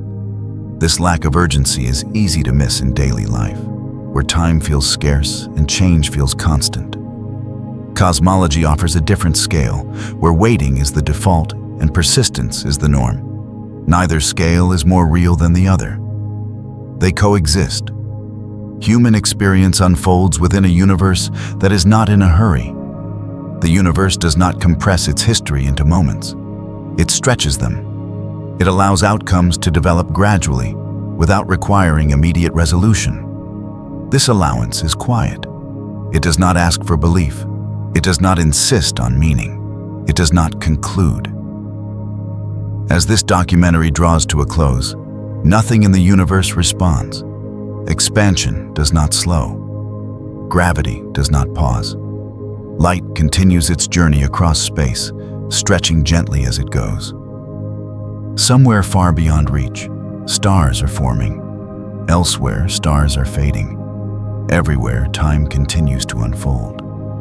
The universe remains what it has always been, a system shaped by consistency, patience, and scale. It does not end where understanding stops. It extends far beyond it. There is no final statement to make, only the recognition that the universe does not require one. And so, we let it remain. After the beginning, after the ending, long after explanations quiet down, the universe continues without reference to narrative. It does not recognize beginnings and endings in the way stories do. Those boundaries exist for observers, not for reality itself. The universe does not move forward from its beginning. It simply unfolds from within it. Even now, the conditions established at the earliest moments remain active. Expansion still stretches space. Gravity still shapes motion. Time still allows change to accumulate. Nothing about the present moment is disconnected from the beginning. The distance between then and now is measured in duration, not separation. The early universe is not behind us. It is beneath everything. This continuity is difficult to sense because human awareness is anchored to short spans of time. Memory reaches backward only so far. Imagination strains beyond lifetimes. But the universe does not partition itself into eras the way history books do. What we call epochs are smooth transitions in a single, uninterrupted process.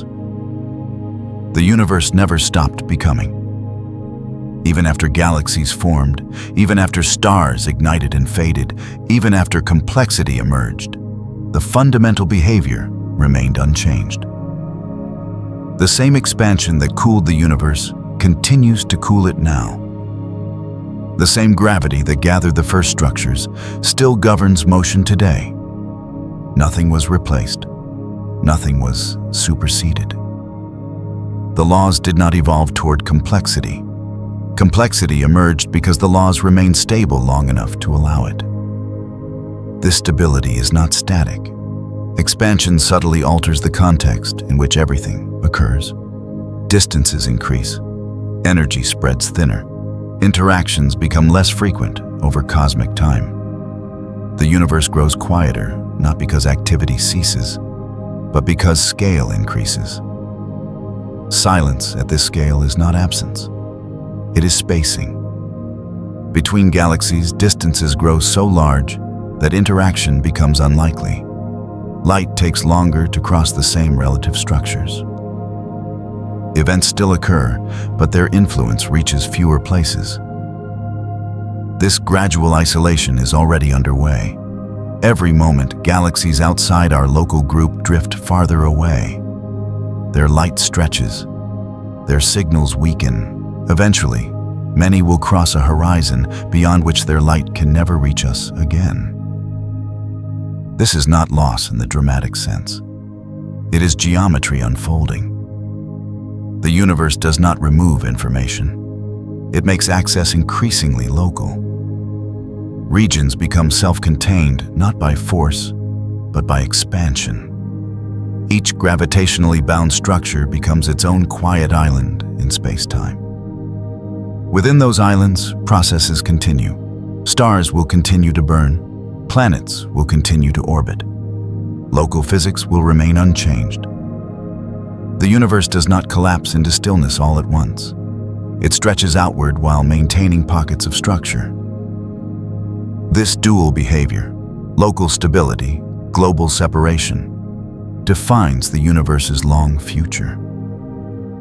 It is a future without events that mark transitions clearly. No final starburst. No universal fade to black. Just a gradual thinning of interaction, a soft reduction in connectivity.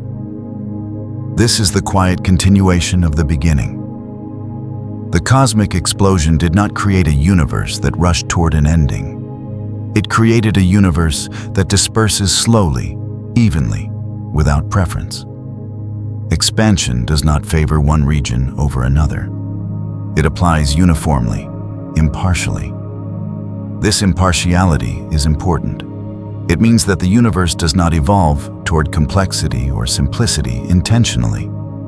Both arise naturally from the same underlying behavior. Complexity forms where gravity can gather matter. Simplicity dominates where expansion pulls matter apart. Neither state is more fundamental. As the universe ages, simplicity gradually gains ground, not because complexity fails, but because scale increases. Large distances reduce interaction. Energy spreads thinner. Over immense durations, even stable structures exhaust their fuel. This exhaustion is not abrupt. Stars do not suddenly stop shining. They dim gradually. Galaxies do not vanish. They age. Process is slow. The universe transitions not through collapse, but through patience. This patience mirrors the beginning. Just as the early universe allowed matter to settle slowly, the late universe allows structure to persist quietly. The same expansion that once created room for complexity now creates distance between complexities. The universe does not reverse itself. It extends itself. In this extended state, time takes on a different character. Durations become so long that events blur together. Change becomes subtle.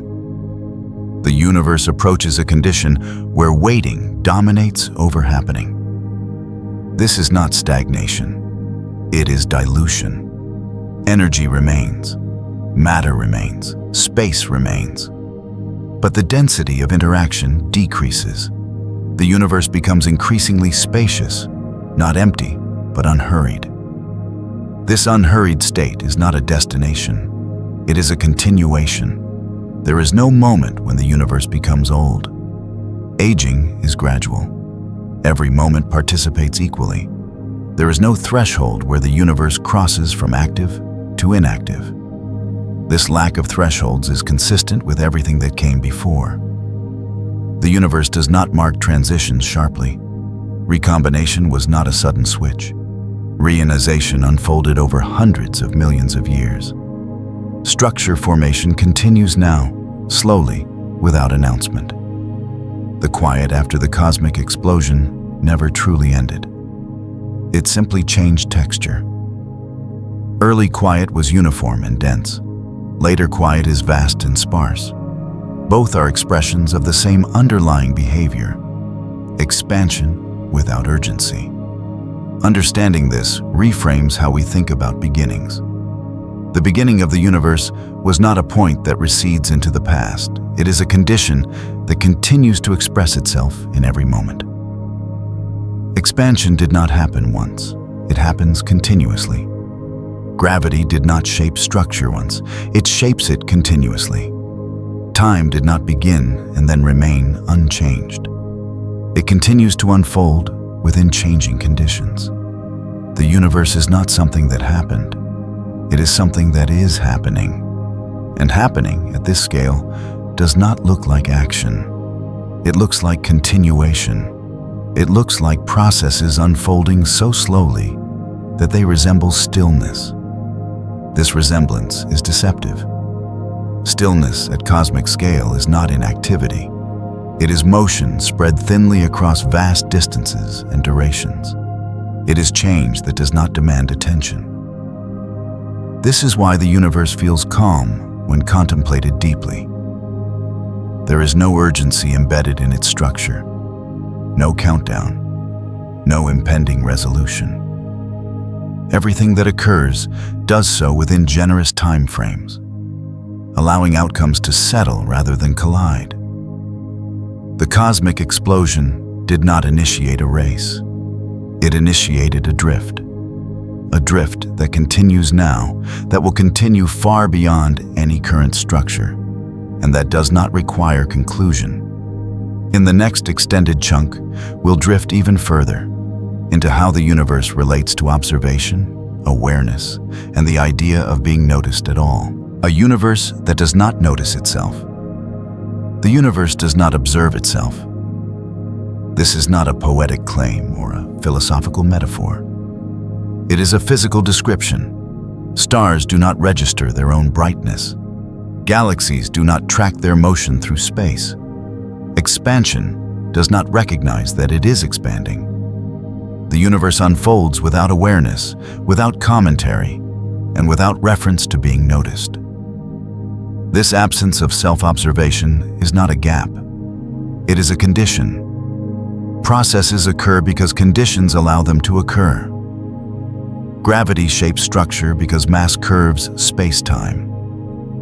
Expansion stretches distance because the geometry of space continues to evolve. Energy redistributes because gradients relax. None of these processes require awareness to function. They are complete without reflection. This completeness is difficult to accept because human experience is inseparable from awareness. To exist, for us, is to notice. To matter is often to be seen. We associate persistence with recognition and significance with attention. The universe does not share this framework. It exists without acknowledgement. Even the most dramatic cosmic events unfold unnoticed by the universe itself. Supernovae release vast amounts of energy. Black holes merge and send ripples through space-time. Galaxies collide and reorganize billions of stars. These events do not register as special. They do not interrupt anything. They are simply transitions within an ongoing process. The universe does not pause for them. It absorbs them. This absorption is not indifference. It is scale. At cosmic scale, individual events are local fluctuations. They matter regionally, sometimes enormously so, but they do not alter the universe's overall behavior. Expansion continues. Time unfolds. Gravity persists. The system remains coherent. This coherence does not depend on being noticed. If no observers had ever existed, the universe would have evolved in exactly the same way. Stars would still have formed. Galaxies would still have assembled. Light would still have traveled. Structure would still have emerged and dispersed. Observation is not a prerequisite for existence. This idea can feel unsettling, but it is also clarifying. It removes the need to assign purpose or narrative to cosmic processes. The universe does not unfold for anything. It unfolds because conditions allow it to. This does not make the universe empty of meaning. It relocates meaning. Meaning arises within systems that are capable of awareness. It is not embedded in the fabric of space-time. It is constructed locally, temporarily, through interpretation and memory. The universe allows this construction, but it does not require it. Awareness is a byproduct, not a driver. This distinction helps resolve a subtle confusion. When people say the universe is indifferent, it can sound dismissive or bleak. But indifference here does not imply opposition. It implies non-participation. The universe does not resist meaning, it simply does not generate it. Meaning is something added. This addition does not alter the universe's behavior.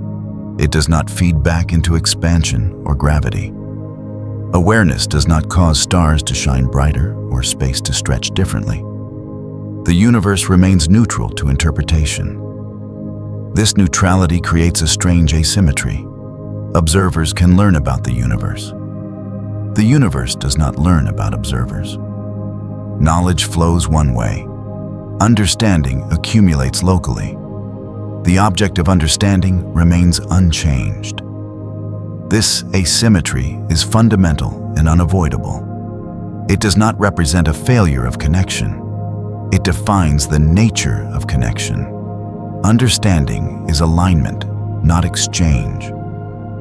To understand the universe is to align models with behavior. It is to recognize patterns that persist regardless of attention. It is not a dialogue. It is not a conversation. It is a quiet matching of thought to structure. The universe does not reply. This lack of reply does not diminish the act of understanding. It makes it cleaner.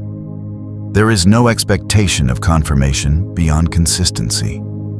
If predictions match observation, alignment improves. If not, models adjust. The universe remains unchanged. This process can continue indefinitely. There is no point at which the universe will acknowledge being understood. There is no final confirmation. Understanding remains provisional, local, and always incomplete. This incompleteness is not a flaw. It reflects scale. The universe is too large to be fully contained by any one system of thought. Even if understanding improves indefinitely, it will always remain bounded by perspective. Observers exist within the universe. They cannot step outside it to view it as a whole. Knowledge is assembled from within, piece by piece. This internal perspective shapes everything. We infer the universe's beginning not by witnessing it, but by reading traces left behind. We infer its expansion not by feeling space stretch, but by measuring light that has traveled for billions of years. We infer its structure not by seeing it directly, but by mapping distributions statistically. Inference replaces observation at large scales. The universe accommodates this. It leaves traces. It allows reconstruction. It does not hide itself, but it does not present itself clearly either. Understanding emerges gradually, constrained by access and interpretation. This gradual emergence mirrors cosmic evolution. Just as structure formed slowly from tiny imbalances, understanding forms slowly from limited data. Just as gravity works patiently, so does knowledge. There are no leaps that skip over scale. Everything accumulates. This parallel is not accidental. Both structure and understanding arise from consistency. When laws remain stable, patterns persist. When patterns persist, inference becomes possible. When inference becomes reliable, understanding deepens. The universe does not need to notice this process. It allows it. Allowing without participating is one of the universe's defining features. It does not block awareness. It does not facilitate it intentionally. It simply provides a framework within which awareness can arise. This framework is generous. It supports long-lived stars. It supports complex chemistry. It supports stable orbits. It supports environments where information can accumulate rather than dissolve. Without these features, awareness would not be possible. Yet these features were not arranged for awareness. They emerged naturally from the same processes that shaped everything else. Expansion cooled the universe. Gravity structured it. Time allowed complexity to persist. Awareness followed, not as a goal, but as a consequence. This order matters. Awareness did not cause the universe to behave in a way that supports awareness. The universe behaved consistently, and awareness arose where conditions allowed. This distinction removes the need for intention at cosmic scale. The universe does not know it can be known. This idea can feel isolating at first, but it also carries a quiet freedom. If the universe does not notice itself, then it does not judge interpretations. There is no correct narrative to satisfy. There is no expectation of meaning beyond what is constructed locally. Understanding becomes exploratory rather than corrective. We are not uncovering a story the universe once told. We are assembling a model that works. The value of that model lies in coherence, not in resonance with cosmic intention. This reframes the role of science. Science is not a translation of cosmic meaning. It is an alignment of human thought with persistent behavior. It does not extract purpose. It describes structure. Meaning arises afterward, within human context. This separation is healthy. It prevents conflation of explanation and interpretation. The universe explains itself through behavior. Meaning is layered on top, through reflection. Neither invalidates the other. They occupy different domains. The universe remains unaffected by both. This unaffectedness is evident in time. Billions of years passed before awareness emerged. Billions more will pass after it fades. The universe does not accelerate or decelerate in response. It does not preserve moments. It does not mourn loss. Yet it continues to host processes where memory matters.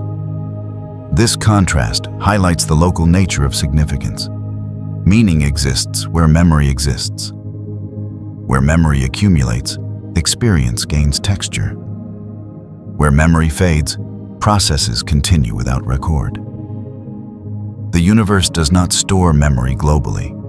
It stores structure. Stars record nuclear history in their composition. Galaxies record gravitational history in their motion. Background radiation records early conditions in its uniformity. These records persist not because the universe remembers, but because physical states persist. Memory, in the cognitive sense, is different. It requires active maintenance. It decays. It depends on systems that can change while retaining information. Such systems are rare and fragile. They arise only under narrow conditions. The universe supports these conditions briefly, locally. This support is enough. Awareness does not need permanence to matter. It does not need to be noticed by the universe to exist. It exists because conditions allowed it to exist, for a time, within a much larger process that does not pause. This perspective softens the relationship between observer and universe. There is no competition. No requirement to matter at cosmic scale. No expectation of centrality. Awareness is not diminished by being temporary. It is defined by that temporariness. The universe does not notice itself, but it allows itself to be noticed. This allowance is subtle. It does not announce itself. It does not guarantee clarity. It simply does not prevent understanding. Laws remain accessible. Patterns remain stable. Effects remain measurable. Understanding arises not because the universe wants to be understood, but because it behaves consistently enough to allow understanding. This consistency is quiet. It does not dramatize itself. It does not bend to interpretation. It remains what it is, regardless of who observes or how observation changes. As awareness drifts across cosmic scale, this realization becomes grounding rather than alienating. The universe does not demand interpretation. It does not require meaning. It does not insist on relevance. It allows. This allowance is enough. In the next extended chunk, we'll move even further into quiet territory, exploring how the universe treats time not as a narrative, but as a condition that stretches and thins, and what it means to exist within time that does not hurry. Time that does not hurry. Time in the universe does not rush. This is not because nothing happens, but because happening unfolds across scales so large that urgency dissolves. What feels immediate in human experience becomes diffuse when stretched across cosmic duration. Processes still occur, but they are spaced generously, allowing outcomes to settle rather than collide. The universe does not measure time the way stories do. Stories rely on sequence. One event follows another, building toward resolution. Time in the universe is not organized around climax or conclusion. It is a condition that allows processes to unfold at rates determined by structure, energy, and scale. At cosmic scale, time behaves less like a clock and more like a landscape. Some regions of this landscape are steep, where change happens quickly. Supernovae explode in moments. Stellar flares erupt abruptly. Particle interactions occur in fractions of a second. Other regions are flat, where change is barely perceptible. Galaxies drift. Clusters assemble. Expansion stretches space quietly. Both regions coexist. The universe does not privilege one timescale over another. Fast processes do not override slow ones. Slow processes do not prevent fast ones. Time accommodates both simultaneously, allowing each to unfold according to local conditions. This accommodation is subtle. Human perception evolved to navigate intermediate timescales. Too slow, and change becomes invisible. Too fast, and it becomes incomprehensible. Cosmic time extends far beyond this window in both directions. It includes events too brief to perceive and processes too slow to notice. Understanding cosmic time requires letting go of immediacy. The beginning of the universe did not rush forward into structure.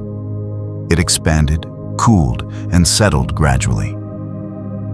Even the most dramatic early transitions unfolded over durations that dwarf human experience. Recombination took hundreds of thousands of years. Structure formation took hundreds of millions. Galaxies matured over billions. None of this required speed. Speed is not a universal value. Persistence is. Time that does not hurry allows persistence to matter. It allows small differences to accumulate into large effects. It allows fragile structures to stabilize rather than be erased. It allows complexity to emerge not through force, but through patience. Gravity, in particular, depends on time's generosity. Gravitational attraction is weak compared to other forces.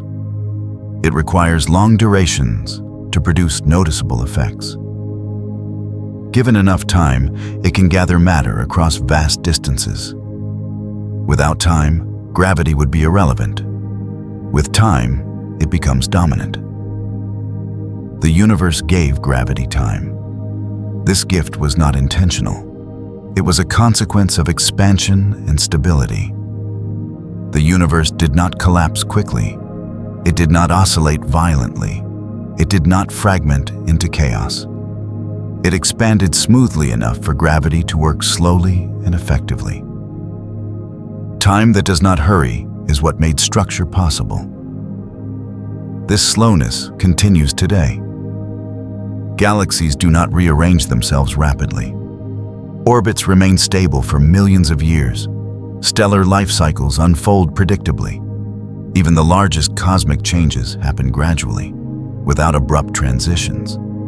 Acceleration of expansion, for example, is not something that can be felt. It is inferred from subtle differences in distant light. It unfolds so slowly that it requires comparison across billions of years to detect. The universe does not announce change. It reveals it only through patience.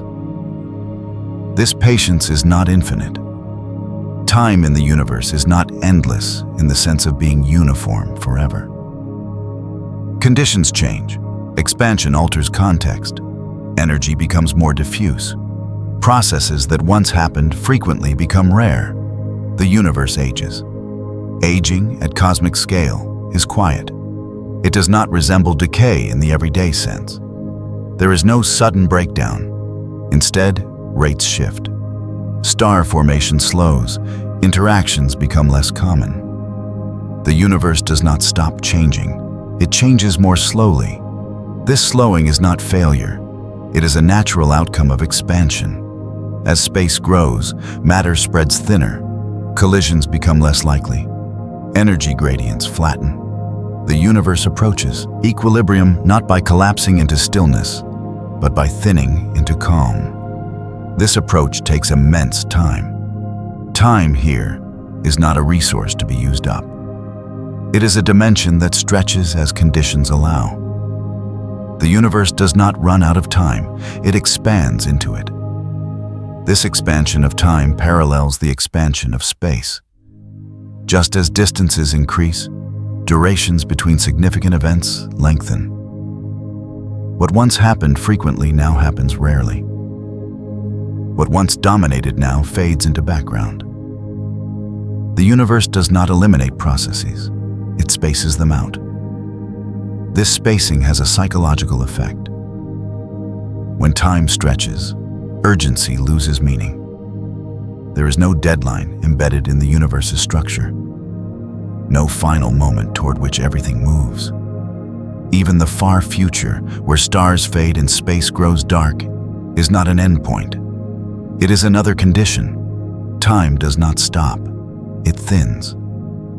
In a thinned time, processes still occur, but their intervals grow so large that change feels like stillness. Black holes evaporate over unimaginable durations. Particles decay slowly. Space continues to expand quietly. These processes are not dramatic. They are patient. Patience is not a metaphor here. It is a physical description. Time allows systems to persist far beyond any requirement for activity. Stability becomes the dominant feature. Change becomes rare but not absent. The universe does not rush toward equilibrium. It approaches it asymptotically. This approach has no clear finish line. There is no moment when equilibrium is reached completely. There is always some gradient, some imbalance, some motion left to unfold. Time accommodates this by stretching indefinitely. This stretching reframes how beginnings and endings are understood. The beginning of the universe was not a moment after which everything accelerated. It was a condition that allowed gradual change. The future of the universe is not a moment when everything stops. It is a continuation where change becomes increasingly subtle. Time links these two states smoothly. There is no sharp boundary between active and inactive, between dynamic and static. The universe transitions continuously. Time does not jump, it flows. This flow is not uniform. In regions of high gravity, time passes differently. Near massive objects, durations stretch. Processes slow relative to distant observers. This is not an illusion. It is geometry. Time responds to mass and motion. The universe does not enforce a single clock. Each region experiences time according to its local conditions.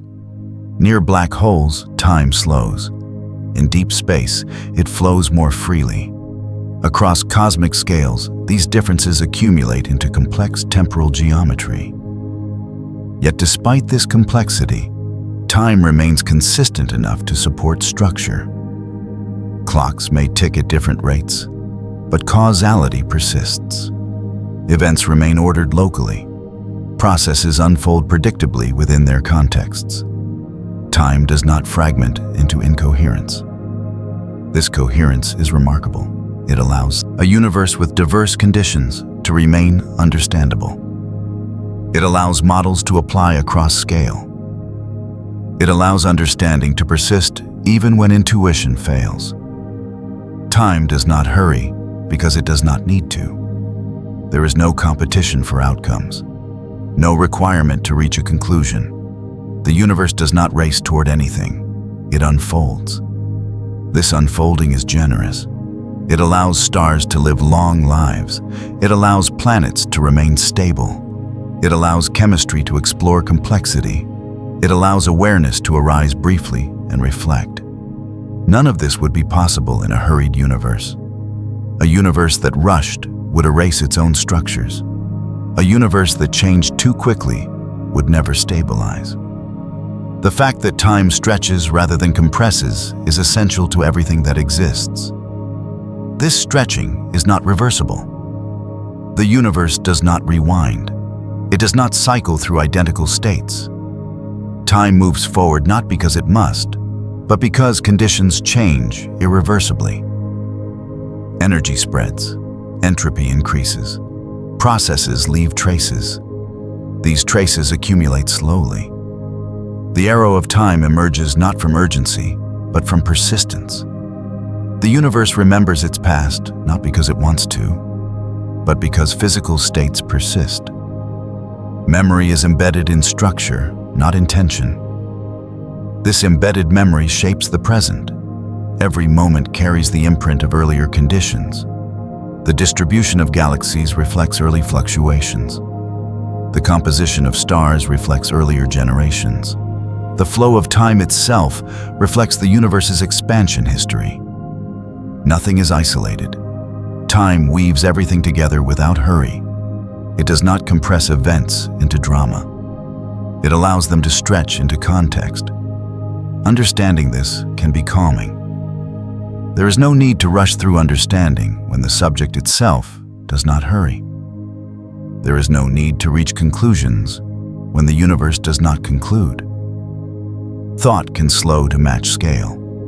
In this slowing, perspective changes. Time stops feeling like something that runs out. It becomes something that unfolds. Not infinitely in the abstract sense, but generously enough to allow complexity to arise and persist. The universe does not demand speed. It rewards patience. In the next extended chunk, we'll explore how this unhurried time shapes the future, not as a destination, but as a gradual thinning of interaction, where the universe grows quieter without ever truly stopping. The future that does not arrive. The future of the universe does not arrive all at once. There is no moment when the present steps aside and something entirely new takes its place. Instead, the future unfolds gradually, almost imperceptibly, as the same processes that shape the past continue under slowly changing conditions. The universe does not turn toward its future. It drifts into it. This drift is quiet. From within any single moment, the universe looks much the same as it did before. Stars continue to shine. Galaxies remain in place. Space feels stable. Only when time is allowed to stretch across vast durations does the change become visible. The future is not a destination, it is a thinning. As expansion continues, distances between unbound structures increase. Galaxies outside local clusters recede, their light stretching as it travels. Over immense spans of time, fewer signals arrive. The universe does not lose content. It loses connection. Connection requires proximity. When space grows large enough, interaction becomes rare. Not impossible, but unlikely. Regions become isolated not by barriers, but by geometry. The universe grows spacious, not empty, and this distinction matters. Empty implies absence. Spacious implies separation. In the far future, stars will still exist, but fewer will form. The gas that fuels star formation will be gradually consumed or locked away.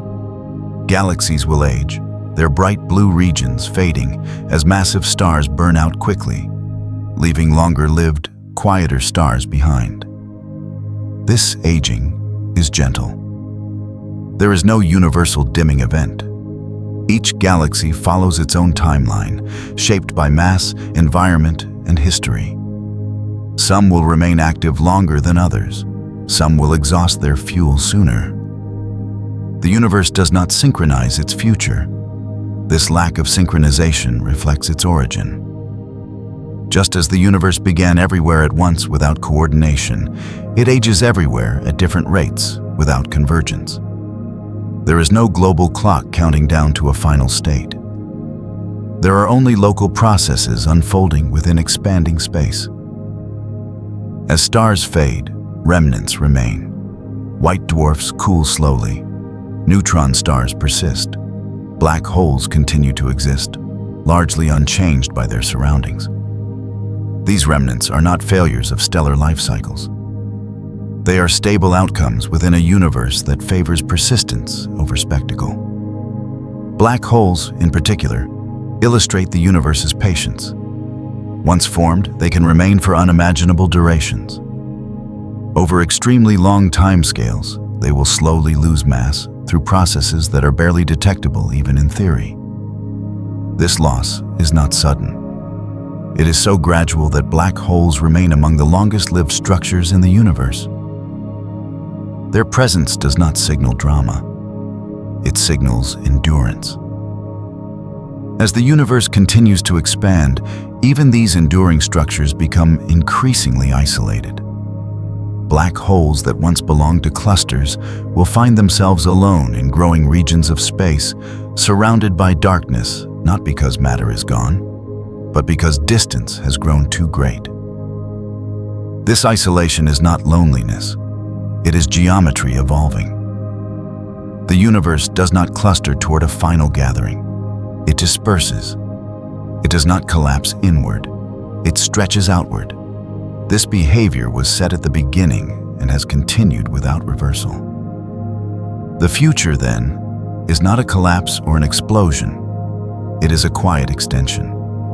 Over time, the cosmic background radiation will cool further, stretching to wavelengths so long that it becomes nearly undetectable.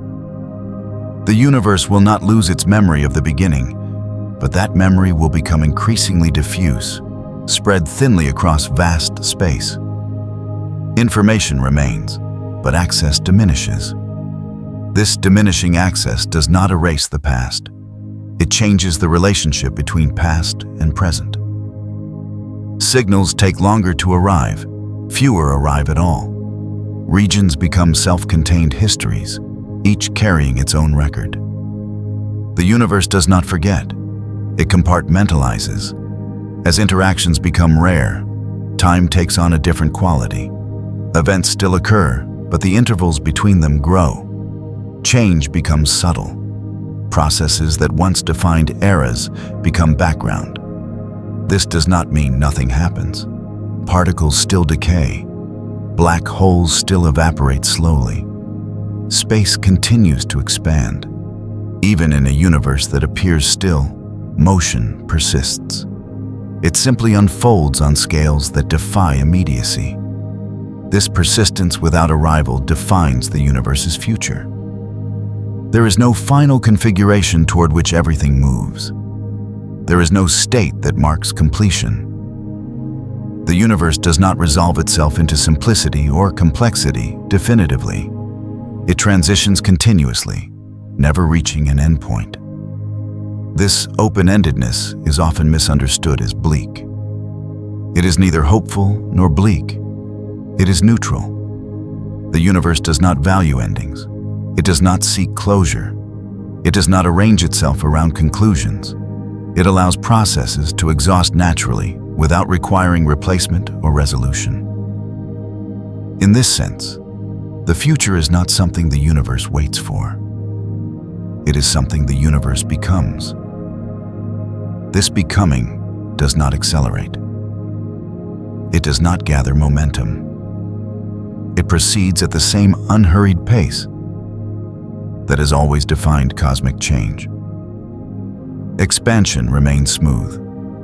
Gravity remains local. Time remains available. The future is simply the present, extended. Understanding this removes the need to imagine dramatic finales.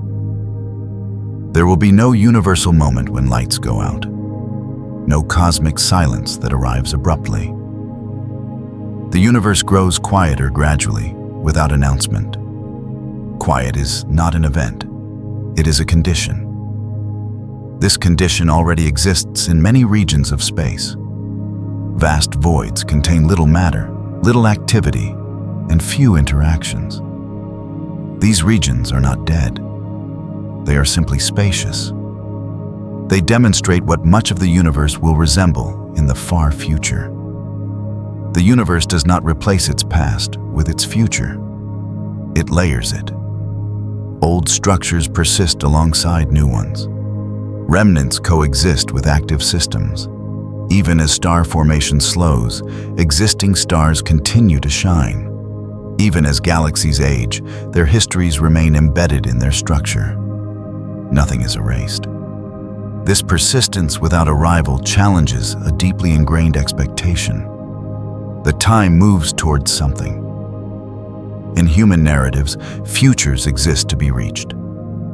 In the universe, futures exist to be unfolded. There is no cosmic goal. The universe does not strive toward equilibrium in the sense of completion.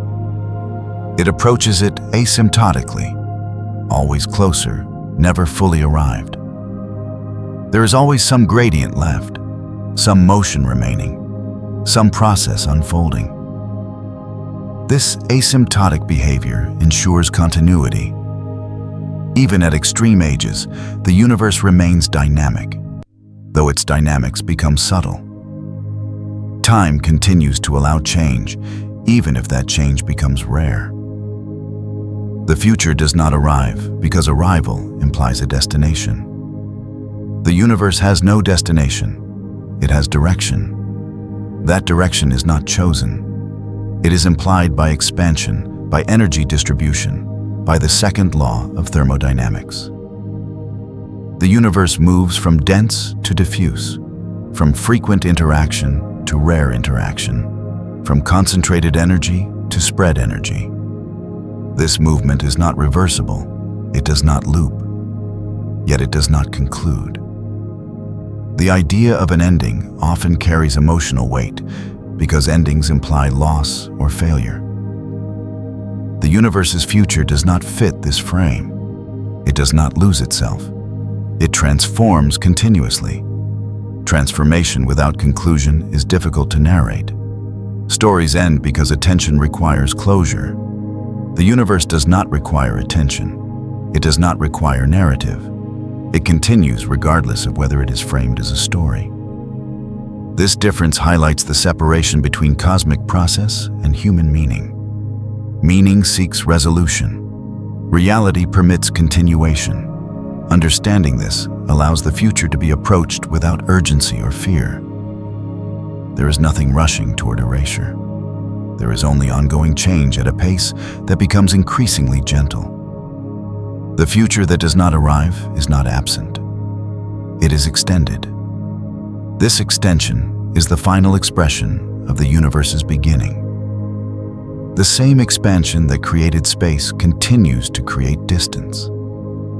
The same time that allowed structure to form allows it to fade gradually. The same patience that defined the early universe defines its far future. The universe never finished becoming. In the next extended chunk, we'll turn inward slightly, exploring how awareness fits into a universe whose future does not arrive. How meaning persists locally, even as cosmic processes stretch beyond immediacy. Meaning that exists locally. In a universe whose future does not arrive, meaning does not spread evenly. It does not flow outward with expansion, and it does not accumulate at the largest scales. Meaning exists locally, where conditions allow it to form, persist briefly, and then dissolve without altering the wider structure of reality. This localization is not a limitation. It is a feature. The universe does not assign meaning globally. It does not embed purpose into expansion or gravity or time. Those processes operate without reference to interpretation. Meaning appears only where systems exist that can register difference, retain memory, and respond to change. Meaning requires boundaries. A system must be separate enough from its surroundings to maintain internal states. It must be stable enough to preserve information over time. It must be complex enough to distinguish one condition from another. These requirements are rare at cosmic scale, but they occur naturally at smaller scales. Planets, ecosystems, brains. These are not exceptions to cosmic behavior. They are expressions of it under particular conditions. The same laws that govern stars and galaxies also govern chemistry, biology, and cognition. Meaning arises not because the universe bends toward it, but because the universe allows it to emerge where structure becomes layered enough. This layering depends on time. Time that does not hurry allows systems to accumulate history. History allows comparison. Comparison allows significance. Without time, nothing could matter because nothing could differ from what came before. Meaning is time made personal. At cosmic scale, time is generous but impersonal. It stretches without preference. It allows processes to unfold, but does not prioritize any outcome. At local scales, time becomes textured. Moments gain distinction. Change acquires relevance. This difference does not create conflict. It creates coexistence. The universe supports both scales simultaneously. It does not require meaning to justify itself, and it does not prevent meaning from arising. The two domains overlap without interference. This overlap is subtle. From within a galaxy, the universe feels immense and indifferent. From within a mind, the universe feels immediate and consequential. Both experiences are accurate within their contexts. Neither invalidates the other. Meaning does not need to be cosmic to be real. This is an important clarification. Meaning is often assumed to require scale or permanence. But meaning does not persist because it is large. It persists because it is maintained. Local systems maintain meaning through memory, communication, and structure. When those systems fade, meaning fades with them. This fading does not diminish what existed. It simply marks the end of a particular configuration. The universe does not record this loss. It continues unaffected. The significance existed locally, and locally it mattered. This local nature of meaning aligns with the universe's broader behavior. The universe does not preserve details indefinitely. It allows information to dissipate. Energy spreads. Structures erode. Over time, distinctions blur. Meaning, which depends on distinction, follows the same path. This does not imply futility. It implies boundedness. Meaning does not need to last forever to matter. It needs only to exist while conditions support it. The universe does not require permanence to allow significance. It requires only stability long enough for systems to function. The fact that such stability exists at all is remarkable. Stars burn steadily for billions of years. Planets maintain orbits for eons. Chemistry explores complexity slowly and reliably. These conditions are not guaranteed in every possible universe. They arise here because expansion, gravity, and time remain balanced. Meaning is downstream of balance. If expansion were too rapid, structure would dissolve. If gravity were too strong, collapse would dominate. If time were too short, complexity would never settle. The universe's calm persistence creates niches where meaning can form. These niches are temporary, but sufficient. Meaning does not compete with cosmic scale.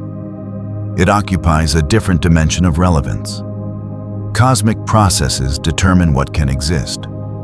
Local processes determine what matters within that existence. This separation allows both to remain intact. The universe does not undermine meaning by being vast. Meaning does not undermine the universe by being small. They operate without contradiction. This understanding dissolves a common tension. The fear that a large, indifferent universe renders local experience meaningless arises from conflating scale with value. In physical terms, scale determines influence, not significance. Influence spreads outward. Significance remains local. A supernova influences vast regions of space, yet it does not mean anything.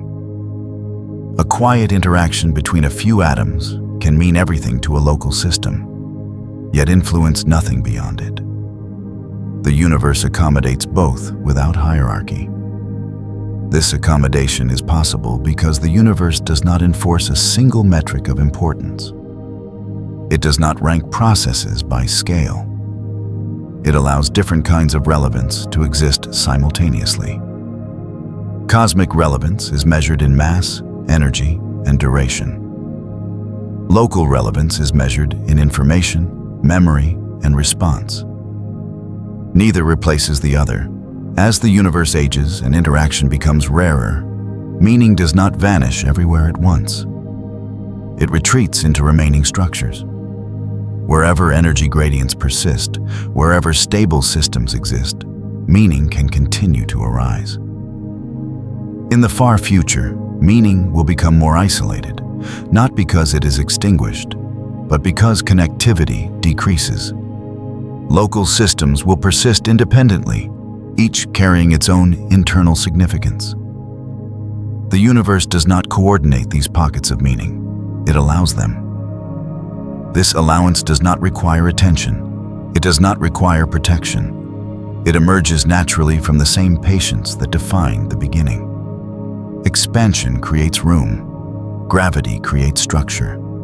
Time allows persistence. Meaning rides along. This perspective reframes the relationship between awareness and the universe. Awareness is not an anomaly. It is a local expression of universal consistency.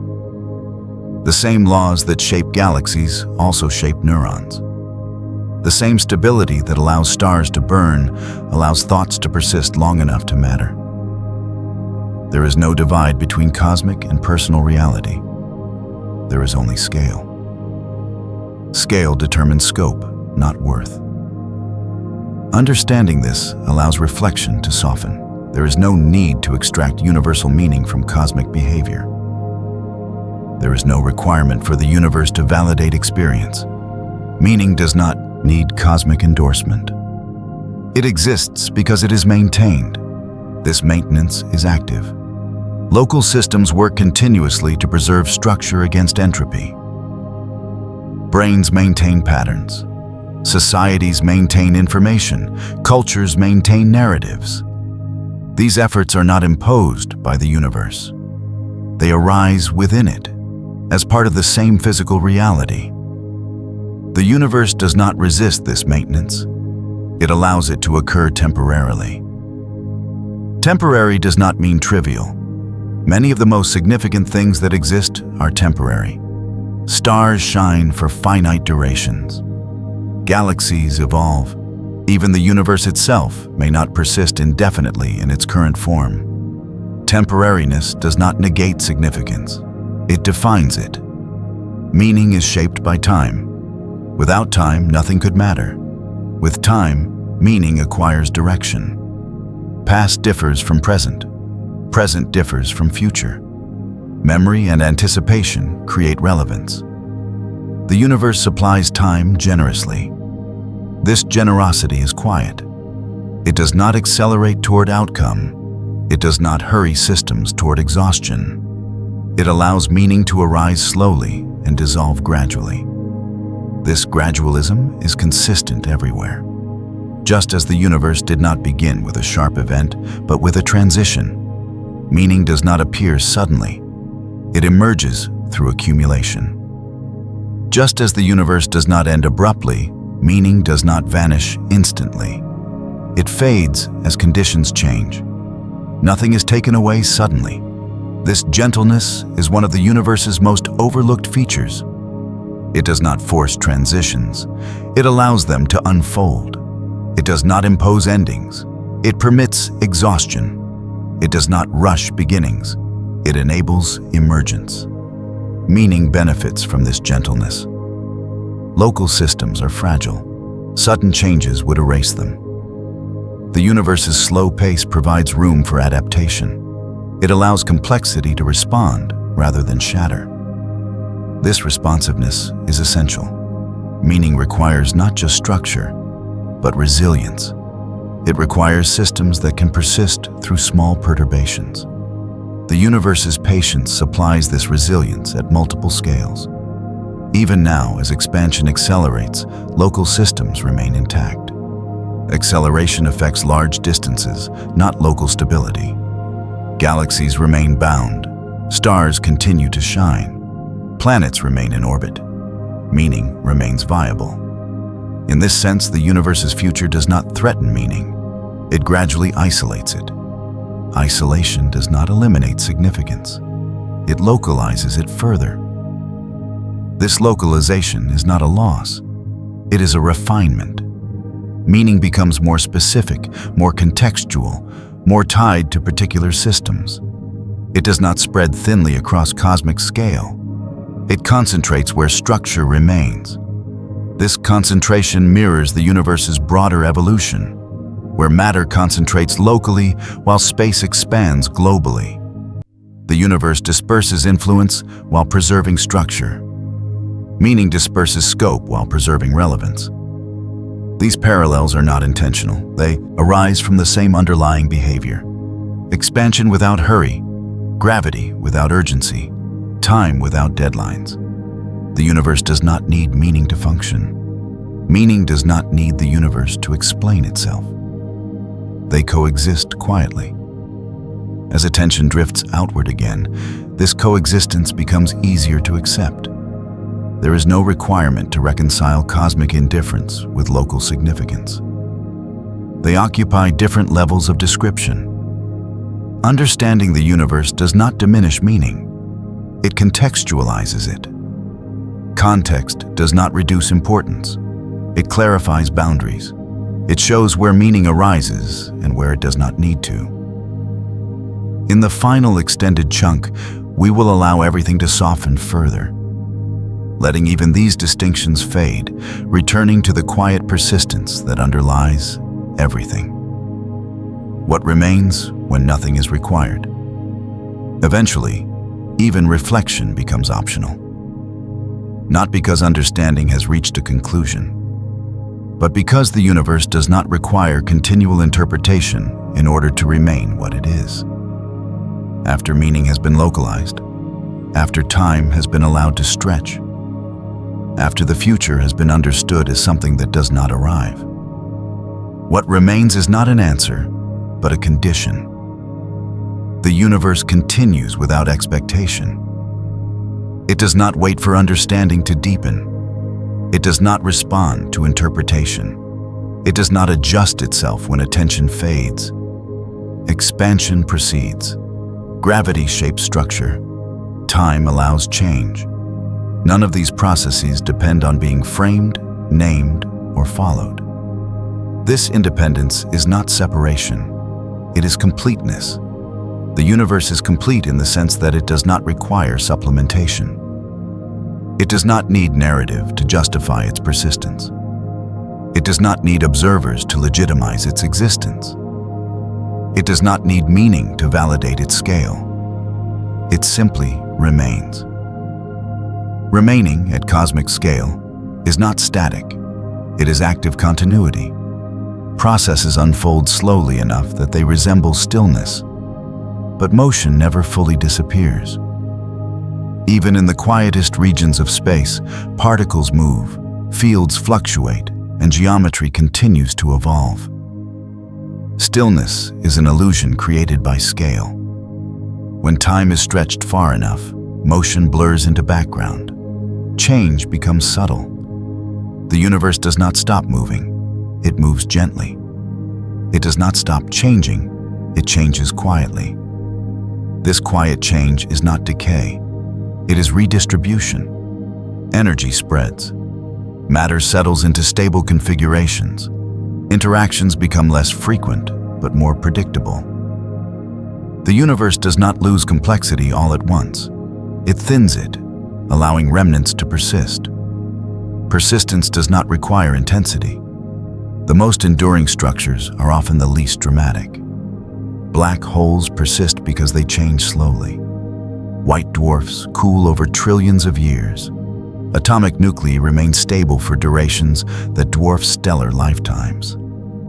These forms endure not because they resist change aggressively, but because they are already near equilibrium. Equilibrium at cosmic scale is not an endpoint. It is an approach.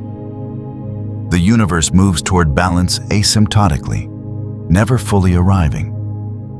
There is always some gradient left, some difference in energy, some motion yet to unfold.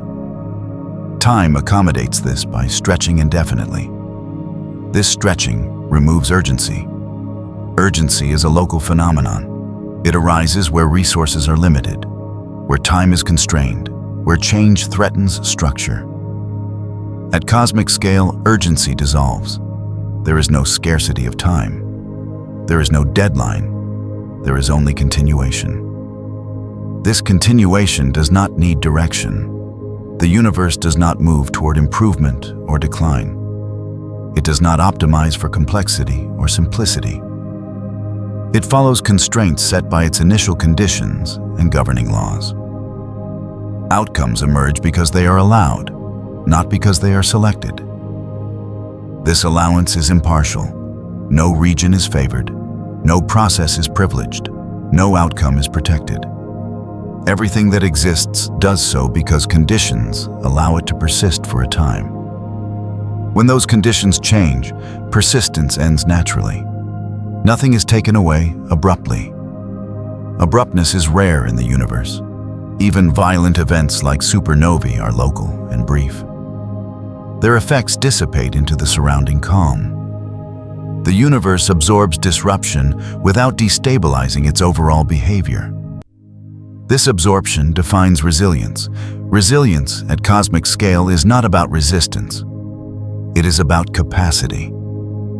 The universe has enough scale, enough time, enough space to accommodate local disruptions without altering its trajectory. This capacity is what allows quiet to dominate. Noise exists everywhere, but it is localized. Calm exists everywhere, but it is distributed. Over large scales, calm outweighs noise simply because it occupies more volume and more time. This dominance of calm is easy to miss because attention is drawn to events. Yet events are rare compared to the durations between them. Most of the universe's existence unfolds without incident. This incident-free unfolding is not empty. It is structured. Fields persist, forces balance, motion continues. The universe does not need events to validate its existence. It does not need highlights. It does not need change to justify duration. Duration is sufficient. Time allows the universe to exist without explanation. It does not compress reality into moments that require interpretation. It stretches experience into continuity that can be inhabited without urgency. This stretching changes the role of understanding. Understanding becomes optional rather than necessary. One can observe without explaining. One can exist without resolving. One can notice scale without translating it into narrative. The universe accommodates this passivity. It does not demand engagement. It does not punish inattention. It does not withdraw when ignored. It remains accessible without requiring effort. This accessibility is quiet. The universe does not hide itself, but it does not present itself forcefully either. Understanding requires patience, not pursuit. Patterns reveal themselves gradually, without announcement. This gradual revelation mirrors cosmic evolution itself. Nothing in the universe appears fully formed. Stars assemble slowly. Galaxies grow over time. Structure emerges through accumulation rather than design. The universe favors processes that do not hurry. Hurry creates instability. A universe that rushed would erase its own structures. Expansion that occurred too quickly would prevent matter from settling. Gravity that acted too forcefully would collapse everything into uniformity. Time that passed too rapidly would prevent memory from forming. The universe avoided these extremes by remaining calm. Calm is not absence of energy. It is balance over scale. The early universe was energetic but uniform. The late universe is sparse but structured. Both states reflect balance between expansion, gravity, and time. Neither state is superior. They are phases of the same process. This process does not aim for resolution. There is no final state toward which everything moves. There is no condition where the universe will say it is finished. Even if change becomes extremely rare, it does not cease. Time continues to allow motion, however subtle. This lack of finality is not unsettling. It is freeing. It means there is no requirement to understand everything before it is gone. There is no countdown to meaning. There is no urgency embedded in the universe's structure. Understanding can unfold slowly, imperfectly, without penalty. The universe does not reward speed. It rewards consistency. Consistency is what allows patterns to persist. It is what allows understanding to align with behavior. It is what allows systems to remain stable long enough for complexity to arise. This consistency extends to everything. Atoms behave the same now as they did billions of years ago. Gravity follows the same equations. Expansion continues smoothly. Even as conditions change, the underlying behavior remains coherent. This coherence is the universe's quiet promise, not a promise of meaning or purpose, but of reliability. Reality behaves in ways that can be trusted to persist. This trust allows systems to build upon one another without fear of sudden reversal. Trust at cosmic scale is not emotional. It is structural. The universe can be relied upon to continue behaving as it has. Not indefinitely in every detail, but consistently in its fundamentals. This reliability allows everything else to exist. What remains then when nothing is required? What remains is the universe itself. Not as an object, not as a story, not as a problem to be solved, but as a condition that continues. Expansion stretches space. Gravity shapes motion. Time allows change. These processes do not conclude. They persist. Everything else is optional. Meaning can arise or not. Understanding can deepen or not. Observation can occur or not. None of these alter the universe's trajectory. The universe remains. This remaining is not passive. It is ongoing. It does not demand attention. It does not require resolution. It does not hurry. And in that unhurried persistence, there is space for everything else to unfold quietly, briefly, and locally, without needing to be more than what it is. Nothing more is required. Silence as the default state. If the universe has a default condition, it is not activity. It is silence. Not silence as the absence of sound, but silence as the absence of interruption. Most of cosmic history unfolds without events that would register as notable from within any single frame of reference. The universe spends far more time between things than during them. This is easy to miss because attention gravitates toward change. Explosions, collisions, births, and endings draw focus because they compress transformation into moments. But these moments are rare. They are surrounded by vast stretches of continuity where nothing demands recognition.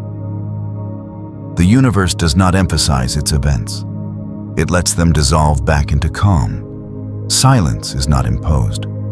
It emerges naturally from scale. When distances are large and time is abundant, interaction becomes infrequent. Energy spreads. Motion persists without convergence. The universe does not settle into inactivity, but it does settle into spaciousness. In that spaciousness, silence dominates. This silence is not empty. Fields still exist. Space-time still curves. Particles still move. Radiation still travels. Silence here means the absence of coordination, the absence of synchronized change. Each process unfolds independently, without needing to align with others. Alignment is costly. To synchronize processes across distance requires energy, communication, and proximity. As expansion increases distance, synchronization becomes harder. Systems decouple. What happens in one region matters less to another. The universe becomes quieter, not because less exists, but because less interacts. This decoupling has been happening since the beginning. Early on, everything interacted with everything else because distances were small and densities were high. As space expanded, interaction networks thinned. The universe learned to let things proceed independently. Silence grew not from lack, but from independence. Independence reduces noise. Noise arises when systems interfere. When interactions overlap, outcomes become complex and unpredictable. As interactions spread out, predictability increases locally while coordination decreases globally. Silence, in this sense, is the universe allowing itself to relax. Relaxation does not mean collapse. The universe does not collapse into uniformity. It differentiates. Regions develop their own histories.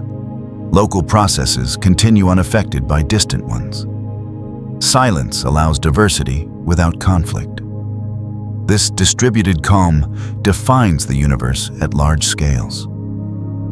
From far enough away, even the most energetic regions blur into statistical averages. Galaxies become points. Clusters become densities. Motion becomes drift. The universe reveals itself not through events, but through patterns that change slowly. Patterns prefer silence. They require stability to persist. Noise disrupts pattern formation. Silence allows small tendencies to accumulate into structure. The cosmic web itself emerged not from violence, but from long-term quiet gravitational influence. Violence exists, but it is contained. Supernovae reshape local regions.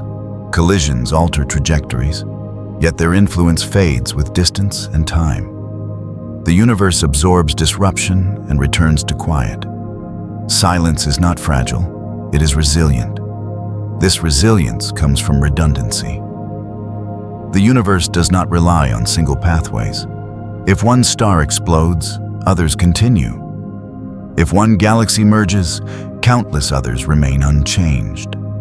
No single event can disrupt the overall calm because the system is too large, too distributed. Silence scales. At larger scales, silence becomes more dominant.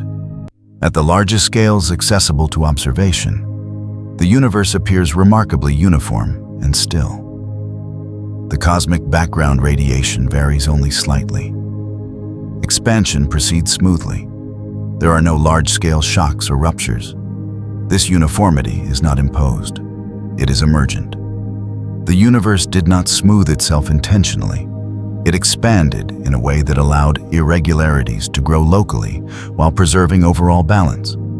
Silence and structure coexist without contradiction. Structure provides texture. Silence provides space. Together, they define the universe's character. As time stretches forward, silence increases. Not because events stop, but because the spacing between them grows. Interactions become rarer. Signals weaken. Regions drift apart. The universe does not turn off activity. It dilutes it. Dilution is gradual. There is no threshold where silence suddenly dominates. It has always dominated. Even now, most of space contains very little activity. The dramatic events that define astrophysical imagery occupy a tiny fraction of volume and time. The universe is mostly calm, most of the time. This calm is not a background waiting to be filled. It is the primary state. Events are deviations from silence, not the other way around. They punctuate continuity briefly before fading. Silence absorbs them without resistance. This absorption does not erase history. Traces remain. Shock waves propagate. Elements disperse. Structures adjust. But eventually, motion settles into new patterns and quiet resumes. The universe does not dwell on disruption. Dwelling requires memory. At cosmic scale, memory exists only as structure. There is no global register of past events. There is no archive. The universe does not replay what has happened. It carries forward the consequences, not the record. Silence facilitates this forgetting. Without global memory, there is no accumulation of narrative. The universe does not become burdened by its past. It does not carry regret or anticipation. It continues from one configuration to the next without commentary. This absence of commentary is not emptiness. It is freedom from obligation. The universe does not need to justify what comes next based on what came before. It follows constraints, not stories. Silence allows this continuity to proceed without interruption. Understanding this reframes how observation fits in. Observers often feel compelled to fill silence with explanation. Quiet invites interpretation. Stillness invites meaning. But the universe does not require either. Silence is complete on its own. Explanation is optional. This does not devalue understanding. It places it in context. Understanding is a local activity performed by local systems. Silence is the broader condition that allows those systems to exist without interference. Silence does not oppose understanding. It surrounds it. In the absence of constant events, there is room to notice patterns. In the absence of urgency, there is time to reflect. Silence creates the conditions under which awareness can stabilize. A noisy universe would not support reflection. If events were continuous and overlapping everywhere, there would be no stable reference points. Patterns would not persist. Memory would be disrupted. Silence, by contrast, provides continuity. This continuity is why the universe can be studied at all. Stable laws operating in a calm environment allow inference. Repetition becomes visible. Variation becomes meaningful. Silence makes regularity detectable. Regularity is not monotony, it is reliability. The universe repeats its behavior consistently across scale and time. Gravity behaves the same way everywhere. Expansion follows the same rules. These repetitions occur within silence, not noise. Noise hides regularity. Silence reveals it. As the universe ages, silence becomes even more prominent. The few remaining events stand out briefly before dissolving into vast calm. Over trillions of years, the ratio of silence to activity increases dramatically. This increase does not change the universe's identity. It fulfills it. The universe began in a state of extreme density and interaction. Silence was minimal. Over time, expansion created room for quiet. The universe moved from crowded to spacious, from loud to calm. This trajectory was not accidental. Expansion naturally reduces interaction. Reduced interaction increases independence. Independence increases silence. The universe follows this path not because it seeks silence, but because geometry demands it. Silence is the consequence of space. As space grows, coordination becomes difficult. As coordination fades, silence grows. The universe does not need to choose this outcome. It is implied by its structure. This implication does not lead to emptiness. Even in deep silence, processes continue. Fields fluctuate, particles move, space-time evolves. Silence is not stillness. It is uncoordinated motion spread across vast distances, motion without meaning. This phrase captures the future of the universe as well as its present. Things move, but they rarely encounter one another. Paths diverge, histories separate, silence expands. Yet nothing breaks. The universe does not fragment into incoherence. It maintains local order within global quiet. Islands of structure persist within seas of space. Silence does not erase structure. It isolates it. Isolation is not destruction. Structures continue internally, governed by the same laws. They simply cease to influence one another. The universe becomes a collection of independent continuities rather than a single, tightly coupled system. This independence is peaceful. There is no competition for resources at cosmic scale. There is no crowding. There is no pressure to synchronize. Each region unfolds according to its own conditions. Silence allows this autonomy. In the end, if such a term even applies, the universe does not fall silent. It reveals that it was always silent, with brief interruptions.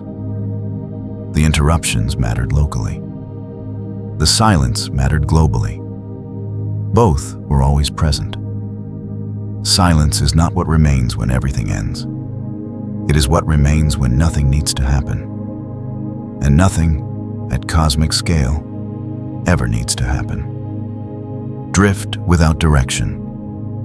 The universe drifts, but it does not wander.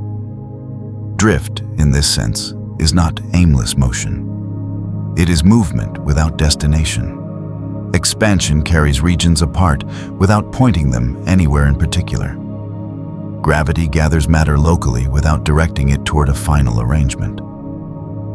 Time allows change without promising arrival. There is motion everywhere, yet no route to follow. Direction, as humans understand it, implies a reference frame with goals, markers, and endpoints. The universe does not provide these. It offers orientation locally, up and down near gravity wells, past and future along time's arrow. But globally, there is no path to complete. This absence of destination is often mistaken for randomness. But randomness implies unpredictability. The universe is not unpredictable at the level of law. It is predictable in its behavior, even when outcomes vary. Expansion proceeds smoothly. Gravity obeys consistent rules.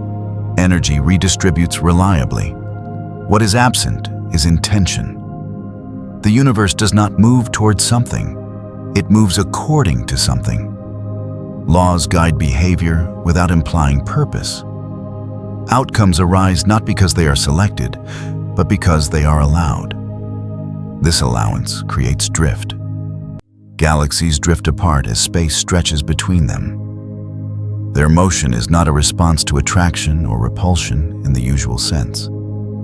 It is the geometry of space changing underneath them. They follow geodesics, paths defined by space-time itself without choosing direction. From within a galaxy, this drift is imperceptible. Stars orbit. Gas clouds collapse. Local motions dominate experience. Drift becomes visible only at scales where individual motions average out and the background expansion reveals itself. This scale dependence matters. At small scales, direction feels real. Objects move toward goals. Forces act with clear vectors. At large scales, direction dissolves. Motions become statistical. Patterns emerge without trajectories. The universe transitions smoothly between these regimes. There is no boundary where direction ends and drift begins. The distinction emerges gradually as scale increases. This gradualism is characteristic of cosmic behavior. Sharp lines are rare. Most distinctions fade with distance. Drift without direction does not imply stagnation. Change continues. Structures evolve. Conditions shift. But change unfolds without a map. There is no future configuration the universe aims to achieve. There is only the next configuration allowed by current conditions. This sequence has no narrative arc. Narratives require anticipation. They depend on future states influencing present interpretation. The universe does not anticipate. It does not adjust present behavior based on future outcomes. It responds only to local conditions as they are. Response without foresight defines physical process. This lack of foresight removes urgency. There is no need for the universe to hurry towards stability or complexity. Stability emerges where forces balance. Complexity emerges where energy gradients persist. Neither is pursued. Both are realized naturally. Drift allows this emergence to remain unforced. Consider the formation of galaxies. They did not form because the universe needed structure. They formed because tiny density variations were amplified by gravity over time. Where matter was slightly denser, gravity acted longer. Where it was less dense, expansion dominated. Over billions of years, these differences accumulated into structure. No direction was chosen. The universe did not aim for spirals or clusters. These forms emerged because they were stable under given conditions. Drift allowed gravity to explore configurations slowly, settling into arrangements that could persist. This settling was not optimization. It was relaxation. Systems relax towards states that require less change to maintain. These states are not perfect, they are simply persistent. Drift allows systems to find them without instruction. The same principle applies to larger scales. The cosmic web did not form to connect galaxies. It formed because matter followed gravitational gradients over long durations. Filaments emerged where flows converged. Voids emerged where matter drained away. The pattern is not directed. It is the result of drift constrained by law. Constraints matter. Drift is not freedom from rules. It is motion within rules without targets. The universe does not wander arbitrarily. It follows equations faithfully. Drift occurs because those equations do not specify endpoints. This distinction clarifies a common confusion. Lack of purpose does not mean lack of order. Order emerges from consistency. Purpose requires intention. The universe exhibits the former without the latter. This is enough. Drift without direction also shapes the universe's future. As expansion continues, regions separate further. There is no gathering point ahead, no convergence. The future is not a place where everything meets. It is a state where everything is more spaced out. Spacing increases without preference. Some regions will remain bound. Others will drift beyond communication. This outcome is not chosen. It follows from current conditions extended forward in time. Time does not steer, it extends. In this extension, interactions become rarer, signals weaken, histories diverge. The universe becomes a collection of independent continuities rather than a single connected system. This independence is not fragmentation. Fragmentation implies breaking apart. The universe does not break, it stretches. Connections thin without snapping. Each region continues according to the same laws, even when isolated. Drift preserves coherence locally while dissolving coherence globally. This dual behavior is subtle. Locally, systems remain stable. Atoms persist. Stars orbit. Time flows normally. Globally, coherence fades. Large-scale coordination disappears. The universe becomes less of a single story and more of a set of parallel unfoldings. Parallel without comparison. Comparison requires interaction. Without interaction, differences persist without being measured. Regions drift into their own quiet trajectories, carrying their own histories forward. The universe does not reconcile these histories. There is no cosmic ledger that balances outcomes. No final accounting. Drift allows diversity without convergence. Each region's future unfolds independently, shaped by its own mass, energy, and geometry. This independence removes the concept of progress. Progress implies movement toward a better state. Better requires a standard. The universe does not define one. It allows states to change without ranking them. Some states are more complex. Some are simpler. Neither is preferred. Complexity emerges when conditions allow it. Simplicity dominates when conditions change. Drift accommodates both without judgment. This impartiality can feel distant, but it is also stabilizing. Nothing is rushed toward improvement or decline. There is no cosmic pressure to optimize. The universe does not evaluate outcomes. It allows them. Allowance is not neglect. Allowance is the enabling condition. Without allowance, nothing could persist. Drift depends on the universe's willingness, so to speak, to not interfere beyond law. This non-interference is consistent. The universe does not intervene to preserve structure or to dismantle it. Structures persist as long as they are supported. When they are not, they fade naturally. Drift ensures this transition is gradual rather than abrupt. Gradual change dominates cosmic history. Even dramatic events are local interruptions within long spans of continuity.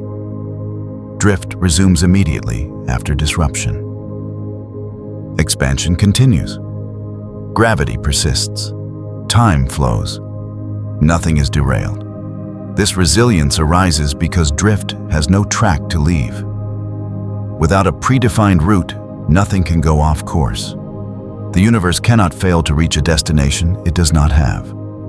Every state is valid as long as it follows from the previous one under the same laws. This logic removes the possibility of cosmic error. There is no wrong configuration. There are only configurations that persist and those that do not. Persistence depends on stability, not correctness. The universe is indifferent to interpretation. Drift without direction also reframes how beginnings are understood. The cosmic explosion did not set the universe on a path toward a specific future. It established conditions that allowed drift to begin. From that point on, everything followed from consistency, not from plan. The beginning did not encode destiny. It encoded possibility. possibility unfolds through drift. Some possibilities are realized, others are not. There is no requirement to exhaust the space of possibilities. The universe does not explore all options. It explores those allowed by initial conditions and law. This exploration is passive. The universe does not search. It relaxes. Outcomes emerge as energy redistributes and structures settle. Drift is the process by which exploration happens without effort. Effort implies intention. Drift implies continuity. This continuity persists even as scale increases beyond comprehension. The universe does not become chaotic as it grows. It becomes spacious. Motion continues without crowding. Processes unfold without interference. Silence grows. Silence, combined with drift, produces a universe that feels calm when contemplated deeply. There is no urgency, no countdown, no trajectory to miss.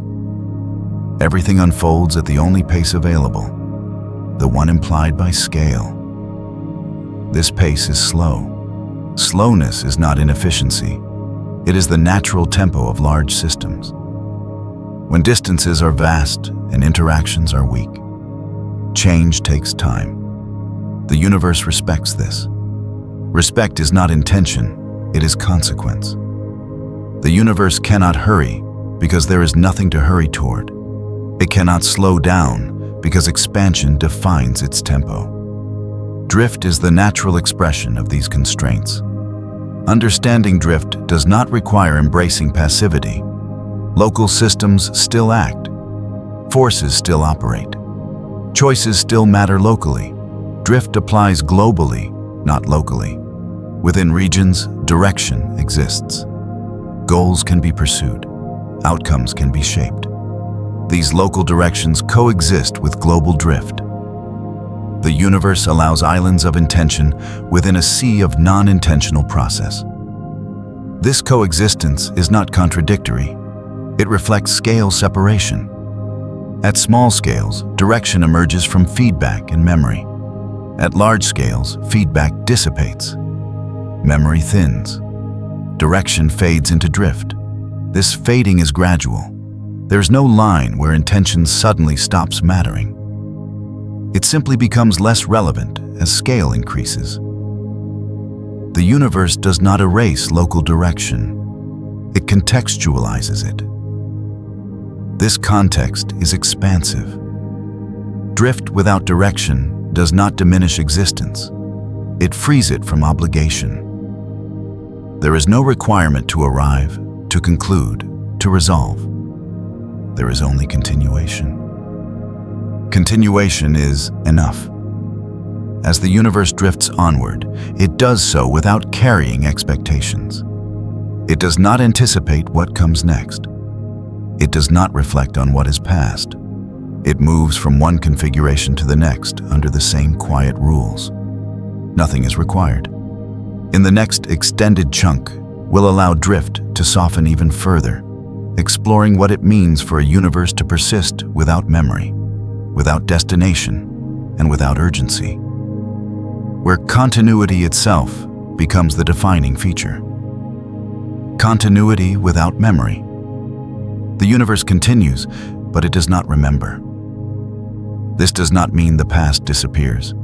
It means the universe does not carry history in the way minds do. There is no archive where events are stored, no record that can be revisited. The universe moves forward carrying consequences, not recollections. Memory, at cosmic scale, is structural. Stars contain the elements forged by earlier stars. Galaxies carry the imprint of past mergers in their shapes and motions. The distribution of matter reflects early fluctuations stretched over time. These are not memories in the cognitive sense. They are residues, physical states shaped by previous conditions. Once those states change, the record changes with them. There is no protected past. The universe does not preserve events for reference. It allows them to leave traces only as long as the structures that contain those traces persist. When structures dissolve, their history dissolves with them. This impermanence is not failure. It is how continuity works. Continuity does not require memory. It requires coherence from one state to the next.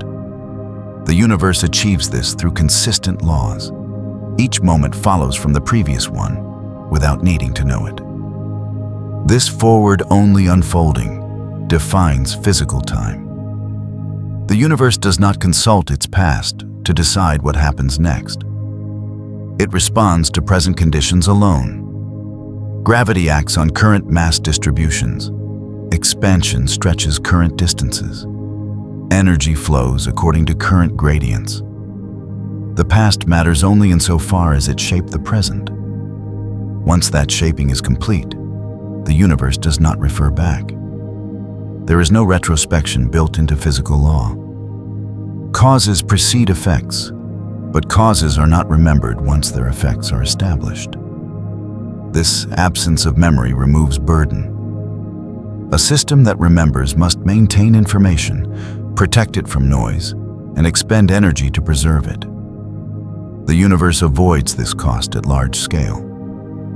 It does not maintain a ledger of events. It allows information to dissipate naturally. Dissipation is fundamental. Entropy increases because information about precise states spreads into inaccessible degrees of freedom. The universe does not fight this.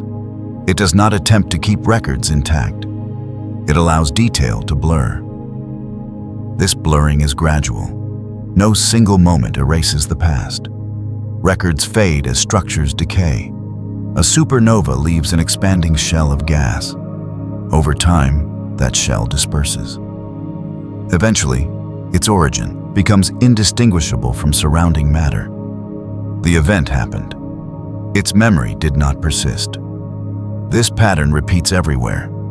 Galaxies merge and leave tidal streams. Over time, those streams mix into the galactic halo. Individual merger events become difficult to distinguish. The galaxy retains mass and momentum, but the specific history fades. Even the cosmic background radiation, one of the universe's oldest records, continues to stretch and cool. Its information content becomes harder to access as wavelengths grow longer and signals weaken. The universe does not preserve clarity. Clarity requires maintenance. The universe does not maintain. It allows.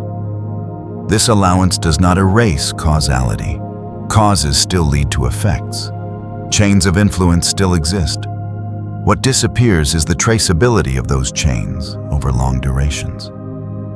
The universe knows nothing of origins. It does not recognize beginnings. It does not mark transitions. It does not acknowledge milestones.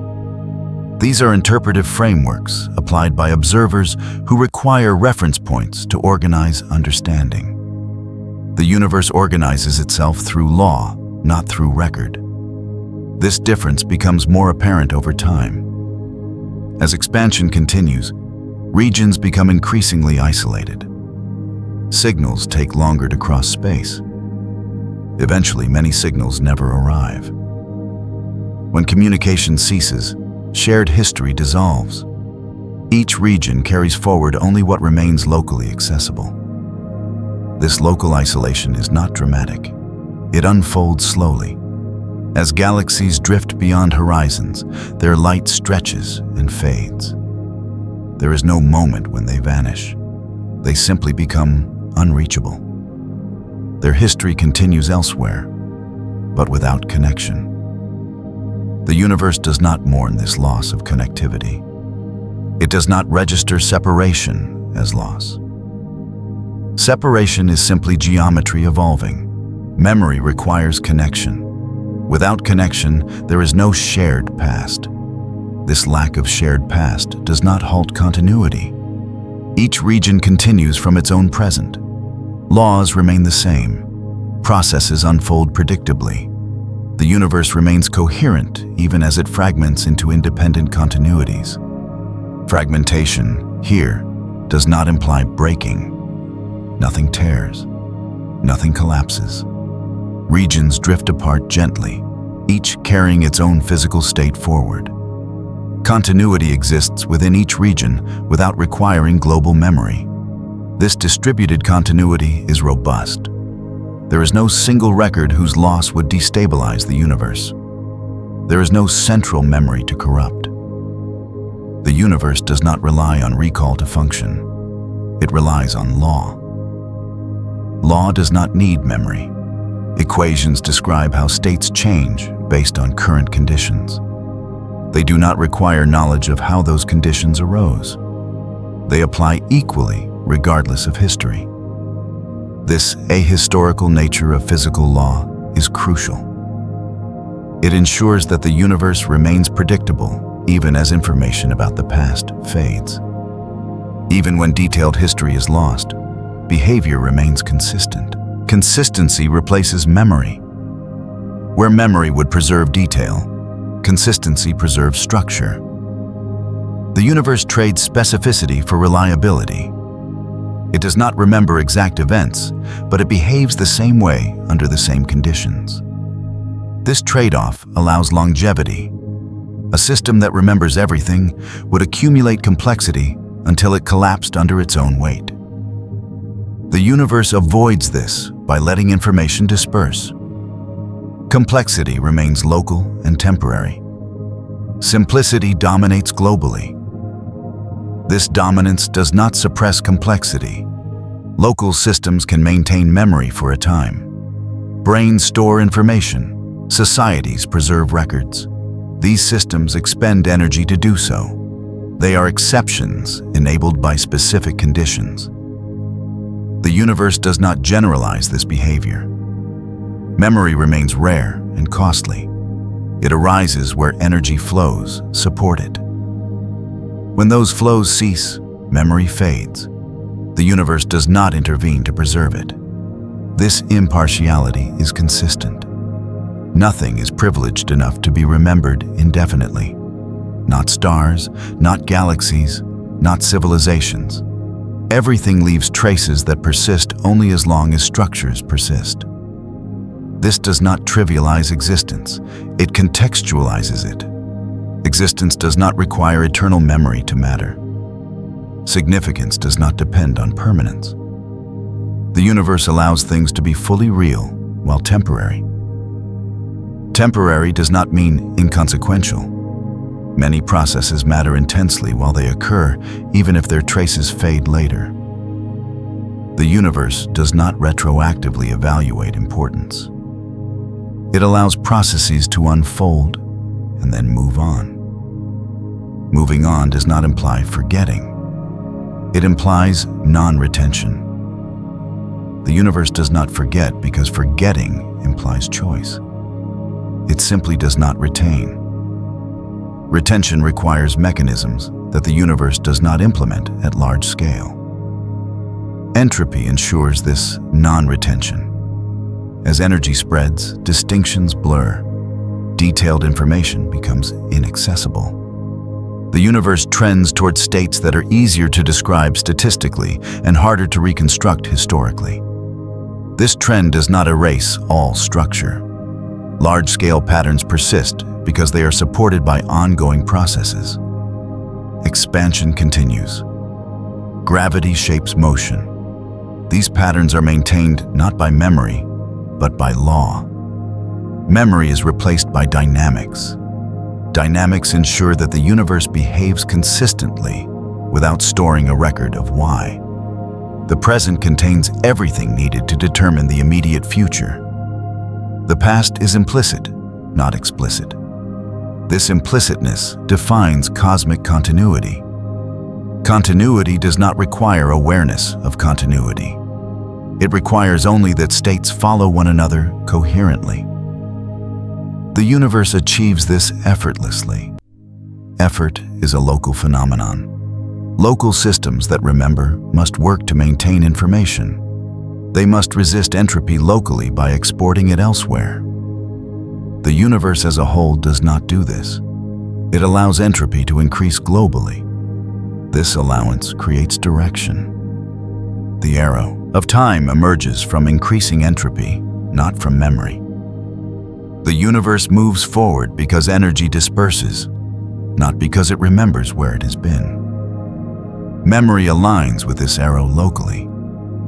It records past states. But the arrow exists independently of memory.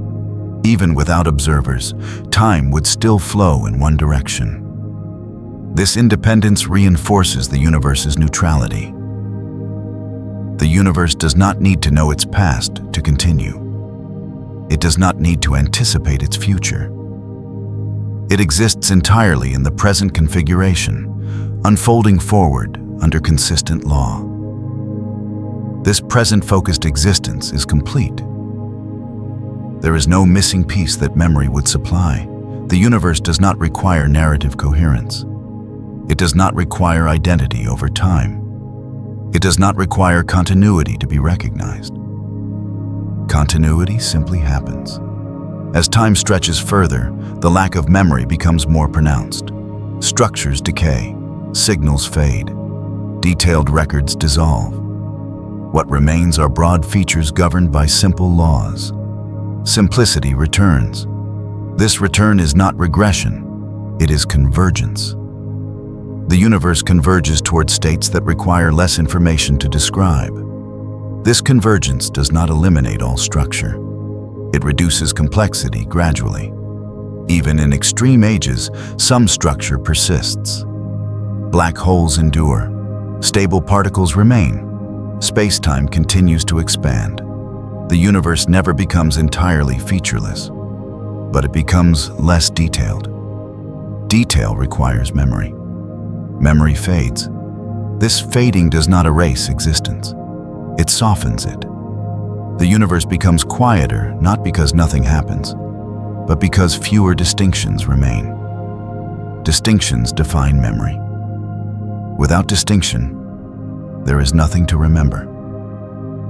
The universe does not resist this. It moves toward states where fewer distinctions persist. This movement is slow.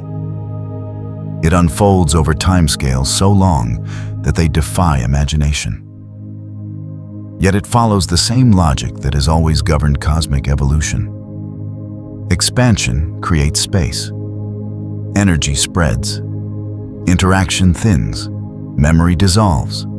Continuity remains. Continuity without memory may seem empty from a narrative perspective. From a physical perspective, it is elegant. The universe does not burden itself with history. It carries only what is necessary to continue. This necessity is minimal. Expansion requires geometry. Gravity requires mass. Time requires change. Everything else is optional. This minimalism is not intentional. It is emergent. The universe evolves toward states that require fewer constraints, not because they are simpler, but because they are stable. Stability does not require memory. The universe remains stable by behaving consistently, not by remembering past behavior. Each moment is sufficient unto itself. This sufficiency defines cosmic calm. There is no need to reference origins to justify the present. The present exists because the present exists. It unfolds forward without obligation to explain itself. Understanding this can be unsettling or calming, depending on perspective. It removes the idea that the universe carries a story forward. It replaces story with process. It replaces memory with law. It replaces destination with continuity. Nothing is lost in this replacement. Meaning remains local. Structure remains where supported. Change continues. The universe does not become empty. It becomes spacious. Spaciousness allows silence. Silence allows drift. Drift allows continuation. In the final extended chunk, we will let even continuity fade into the background, resting on the simplest observation of all, that the universe exists, and that this existence does not require explanation to persist. That it exists is enough before explanation, before structure, before memory or meaning. There is a simpler condition. The universe exists. This statement does not resolve anything. It does not answer why. It does not imply intention or purpose. It does not describe mechanism. It merely acknowledges presence. And at the deepest level, that presence is sufficient. The universe does not justify itself. It does not provide a reason for continuing. It does not require validation. It does not seek coherence in the way stories do. It exists because existence is the state it occupies. Nothing more is required for it to persist. This is not a philosophical shortcut. It is a physical observation. At no point in cosmic history does the universe pause to explain itself. It does not transition from non-existence to existence in a way that demands narrative framing. It transitions from one condition to another under consistent law. Each condition follows from the previous one without appeal to meaning. Existence is continuous. The earliest moments were not framed as a beginning. They were simply the earliest conditions we can infer. The present moment is not framed as a middle. It is simply the current configuration. The future is not framed as an ending. It is an extension. The universe does not divide itself into chapters. Chapters are imposed by observers to manage scale and understanding. They are tools, not features of reality. The universe remains indifferent to how it is segmented, labeled, or interpreted. It exists without outline. This outline-free existence is unsettling only if one expects reality to behave like narrative. Once that expectation fades, the universe's behavior becomes calm rather than confusing. It does not rush. It does not resolve. It does not escalate toward conclusion. It persists. Persistence here does not imply effort. The universe does not work to remain. It does not hold itself together intentionally. It continues because the conditions that allow continuation remain in place. Expansion stretches space. Gravity shapes motion. Time allows change. These processes do not tire. There is no mechanism for cosmic exhaustion. Energy redistributes, but energy itself remains. Structures change, but law persists. The universe does not spend itself into absence. It transitions into new configurations without leaving existence behind. Existence is not consumed. Even in scenarios where activity becomes rare and interaction thins dramatically, existence does not diminish. Space remains. Time remains. Motion remains, however subtle. The universe does not fade into nothing. It becomes quieter, more spacious, less eventful. Quiet is not absence. Absence would imply non-existence. Quiet implies continuation without interruption. The universe trends toward quiet not because it is ending, but because scale increases. Larger systems change more slowly. As the universe grows, change spreads thinner. This thinning is gentle. Nothing collapses suddenly into stillness. There is no moment when the universe turns off. There is only an ongoing softening of activity, a gradual spacing of events, a slow extension of time between interactions. This extension does not require awareness. Even if nothing observed it, the universe would behave the same way. Even if no memory persisted, the universe would continue. Even if no meaning were assigned, existence would remain unchanged. Existence does not depend on interpretation. This independence is not cold. It is stable. A universe that required explanation to persist would be fragile. A universe that depended on meaning to justify itself would be unstable. The fact that existence continues without these requirements is what allows everything else to arise. Meaning is possible because existence is indifferent. Awareness can form because existence does not interfere. Understanding can deepen because existence remains consistent. Reflection can occur because existence does not demand attention. Existence provides a quiet background against which everything else unfolds. This background is not passive. It is active continuity. Space expands, fields fluctuate, particles move, geometry evolves.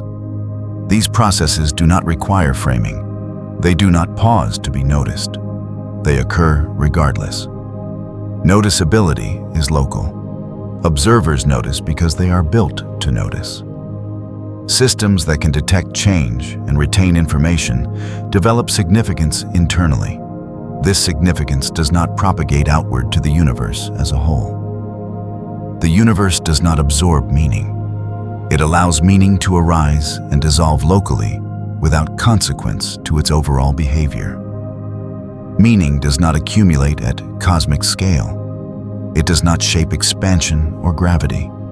It does not alter time. Existence remains neutral. This neutrality allows an important simplification. There is no final question the universe must answer. There is no ultimate explanation hidden behind its behavior. Laws describe how it behaves, not why it exists. The why may not exist in any meaningful sense. And that absence does not create a gap. It removes a demand that never needed to be satisfied. The universe does not owe explanation. It does not promise resolution. It does not require comprehension. It exists. This existence is not static. Existence includes change. It includes transformation. It includes evolution and decay and emergence. The universe does not remain identical to itself from moment to moment. It remains continuous. Continuity is existence expressed over time. Time allows existence to unfold without conclusion. There is no moment when continuity stops being necessary. There is no final configuration that replaces it. Existence does not resolve into something else. It remains the condition under which everything else occurs. This perspective softens the idea of beginnings. The cosmic explosion did not create existence. It altered conditions within existence. It did not summon reality from nothing. It transitioned reality into a state of expansion and cooling. Existence did not start. It changed. Likewise, the future will not end existence. It will change conditions further. Expansion will continue. Interaction will thin. Structures will persist or fade according to stability. Existence will remain. This removes urgency from cosmology. There is no ticking clock counting down to non-existence.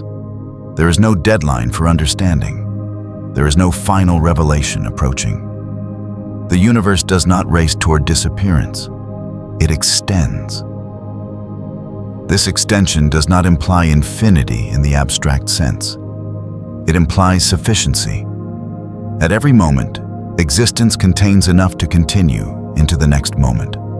Nothing extra is required. Sufficiency is quiet. It does not announce itself. It does not seek confirmation. It does not depend on external support. The universe does not lean on anything outside itself. There is no outside. Existence is self-contained, not because it is closed, but because closure is irrelevant. There is no larger framework in which the universe sits. There is no external reference against which it must be justified. It exists where existence is defined. This circularity is not a logical flaw. It reflects the limits of explanation. At some point, explanation reduces to description. Description reaches a boundary where nothing further can be said without introducing assumptions that cannot be tested. At that boundary, existence remains. This boundary is not a wall. It is a resting point. Understanding can stop there without loss. There is no missing piece that must be filled. The universe does not withhold explanation as a secret. It simply does not provide one beyond behavior. behavior is enough. From behavior, structure emerges. From structure, complexity arises. From complexity, awareness appears. From awareness, meaning is constructed. None of these layers feed back into existence itself. Existence remains unchanged. This layered view removes the pressure to unify everything into a single narrative. It allows different levels of description to coexist without conflict. Physics describes behavior. Biology describes organization. Psychology describes experience. None of these replace the others. Existence underlies them all. This underlying presence does not need to be dramatic to be profound. It does not need to be explained to be real. It does not need to be understood to continue. It simply is. As attention drifts outward one final time, there is nothing left to add. No new concept to introduce. No final insight to resolve. The universe does not require a closing statement. It continues beyond this moment. Stars will form and fade. Space will expand. Time will unfold.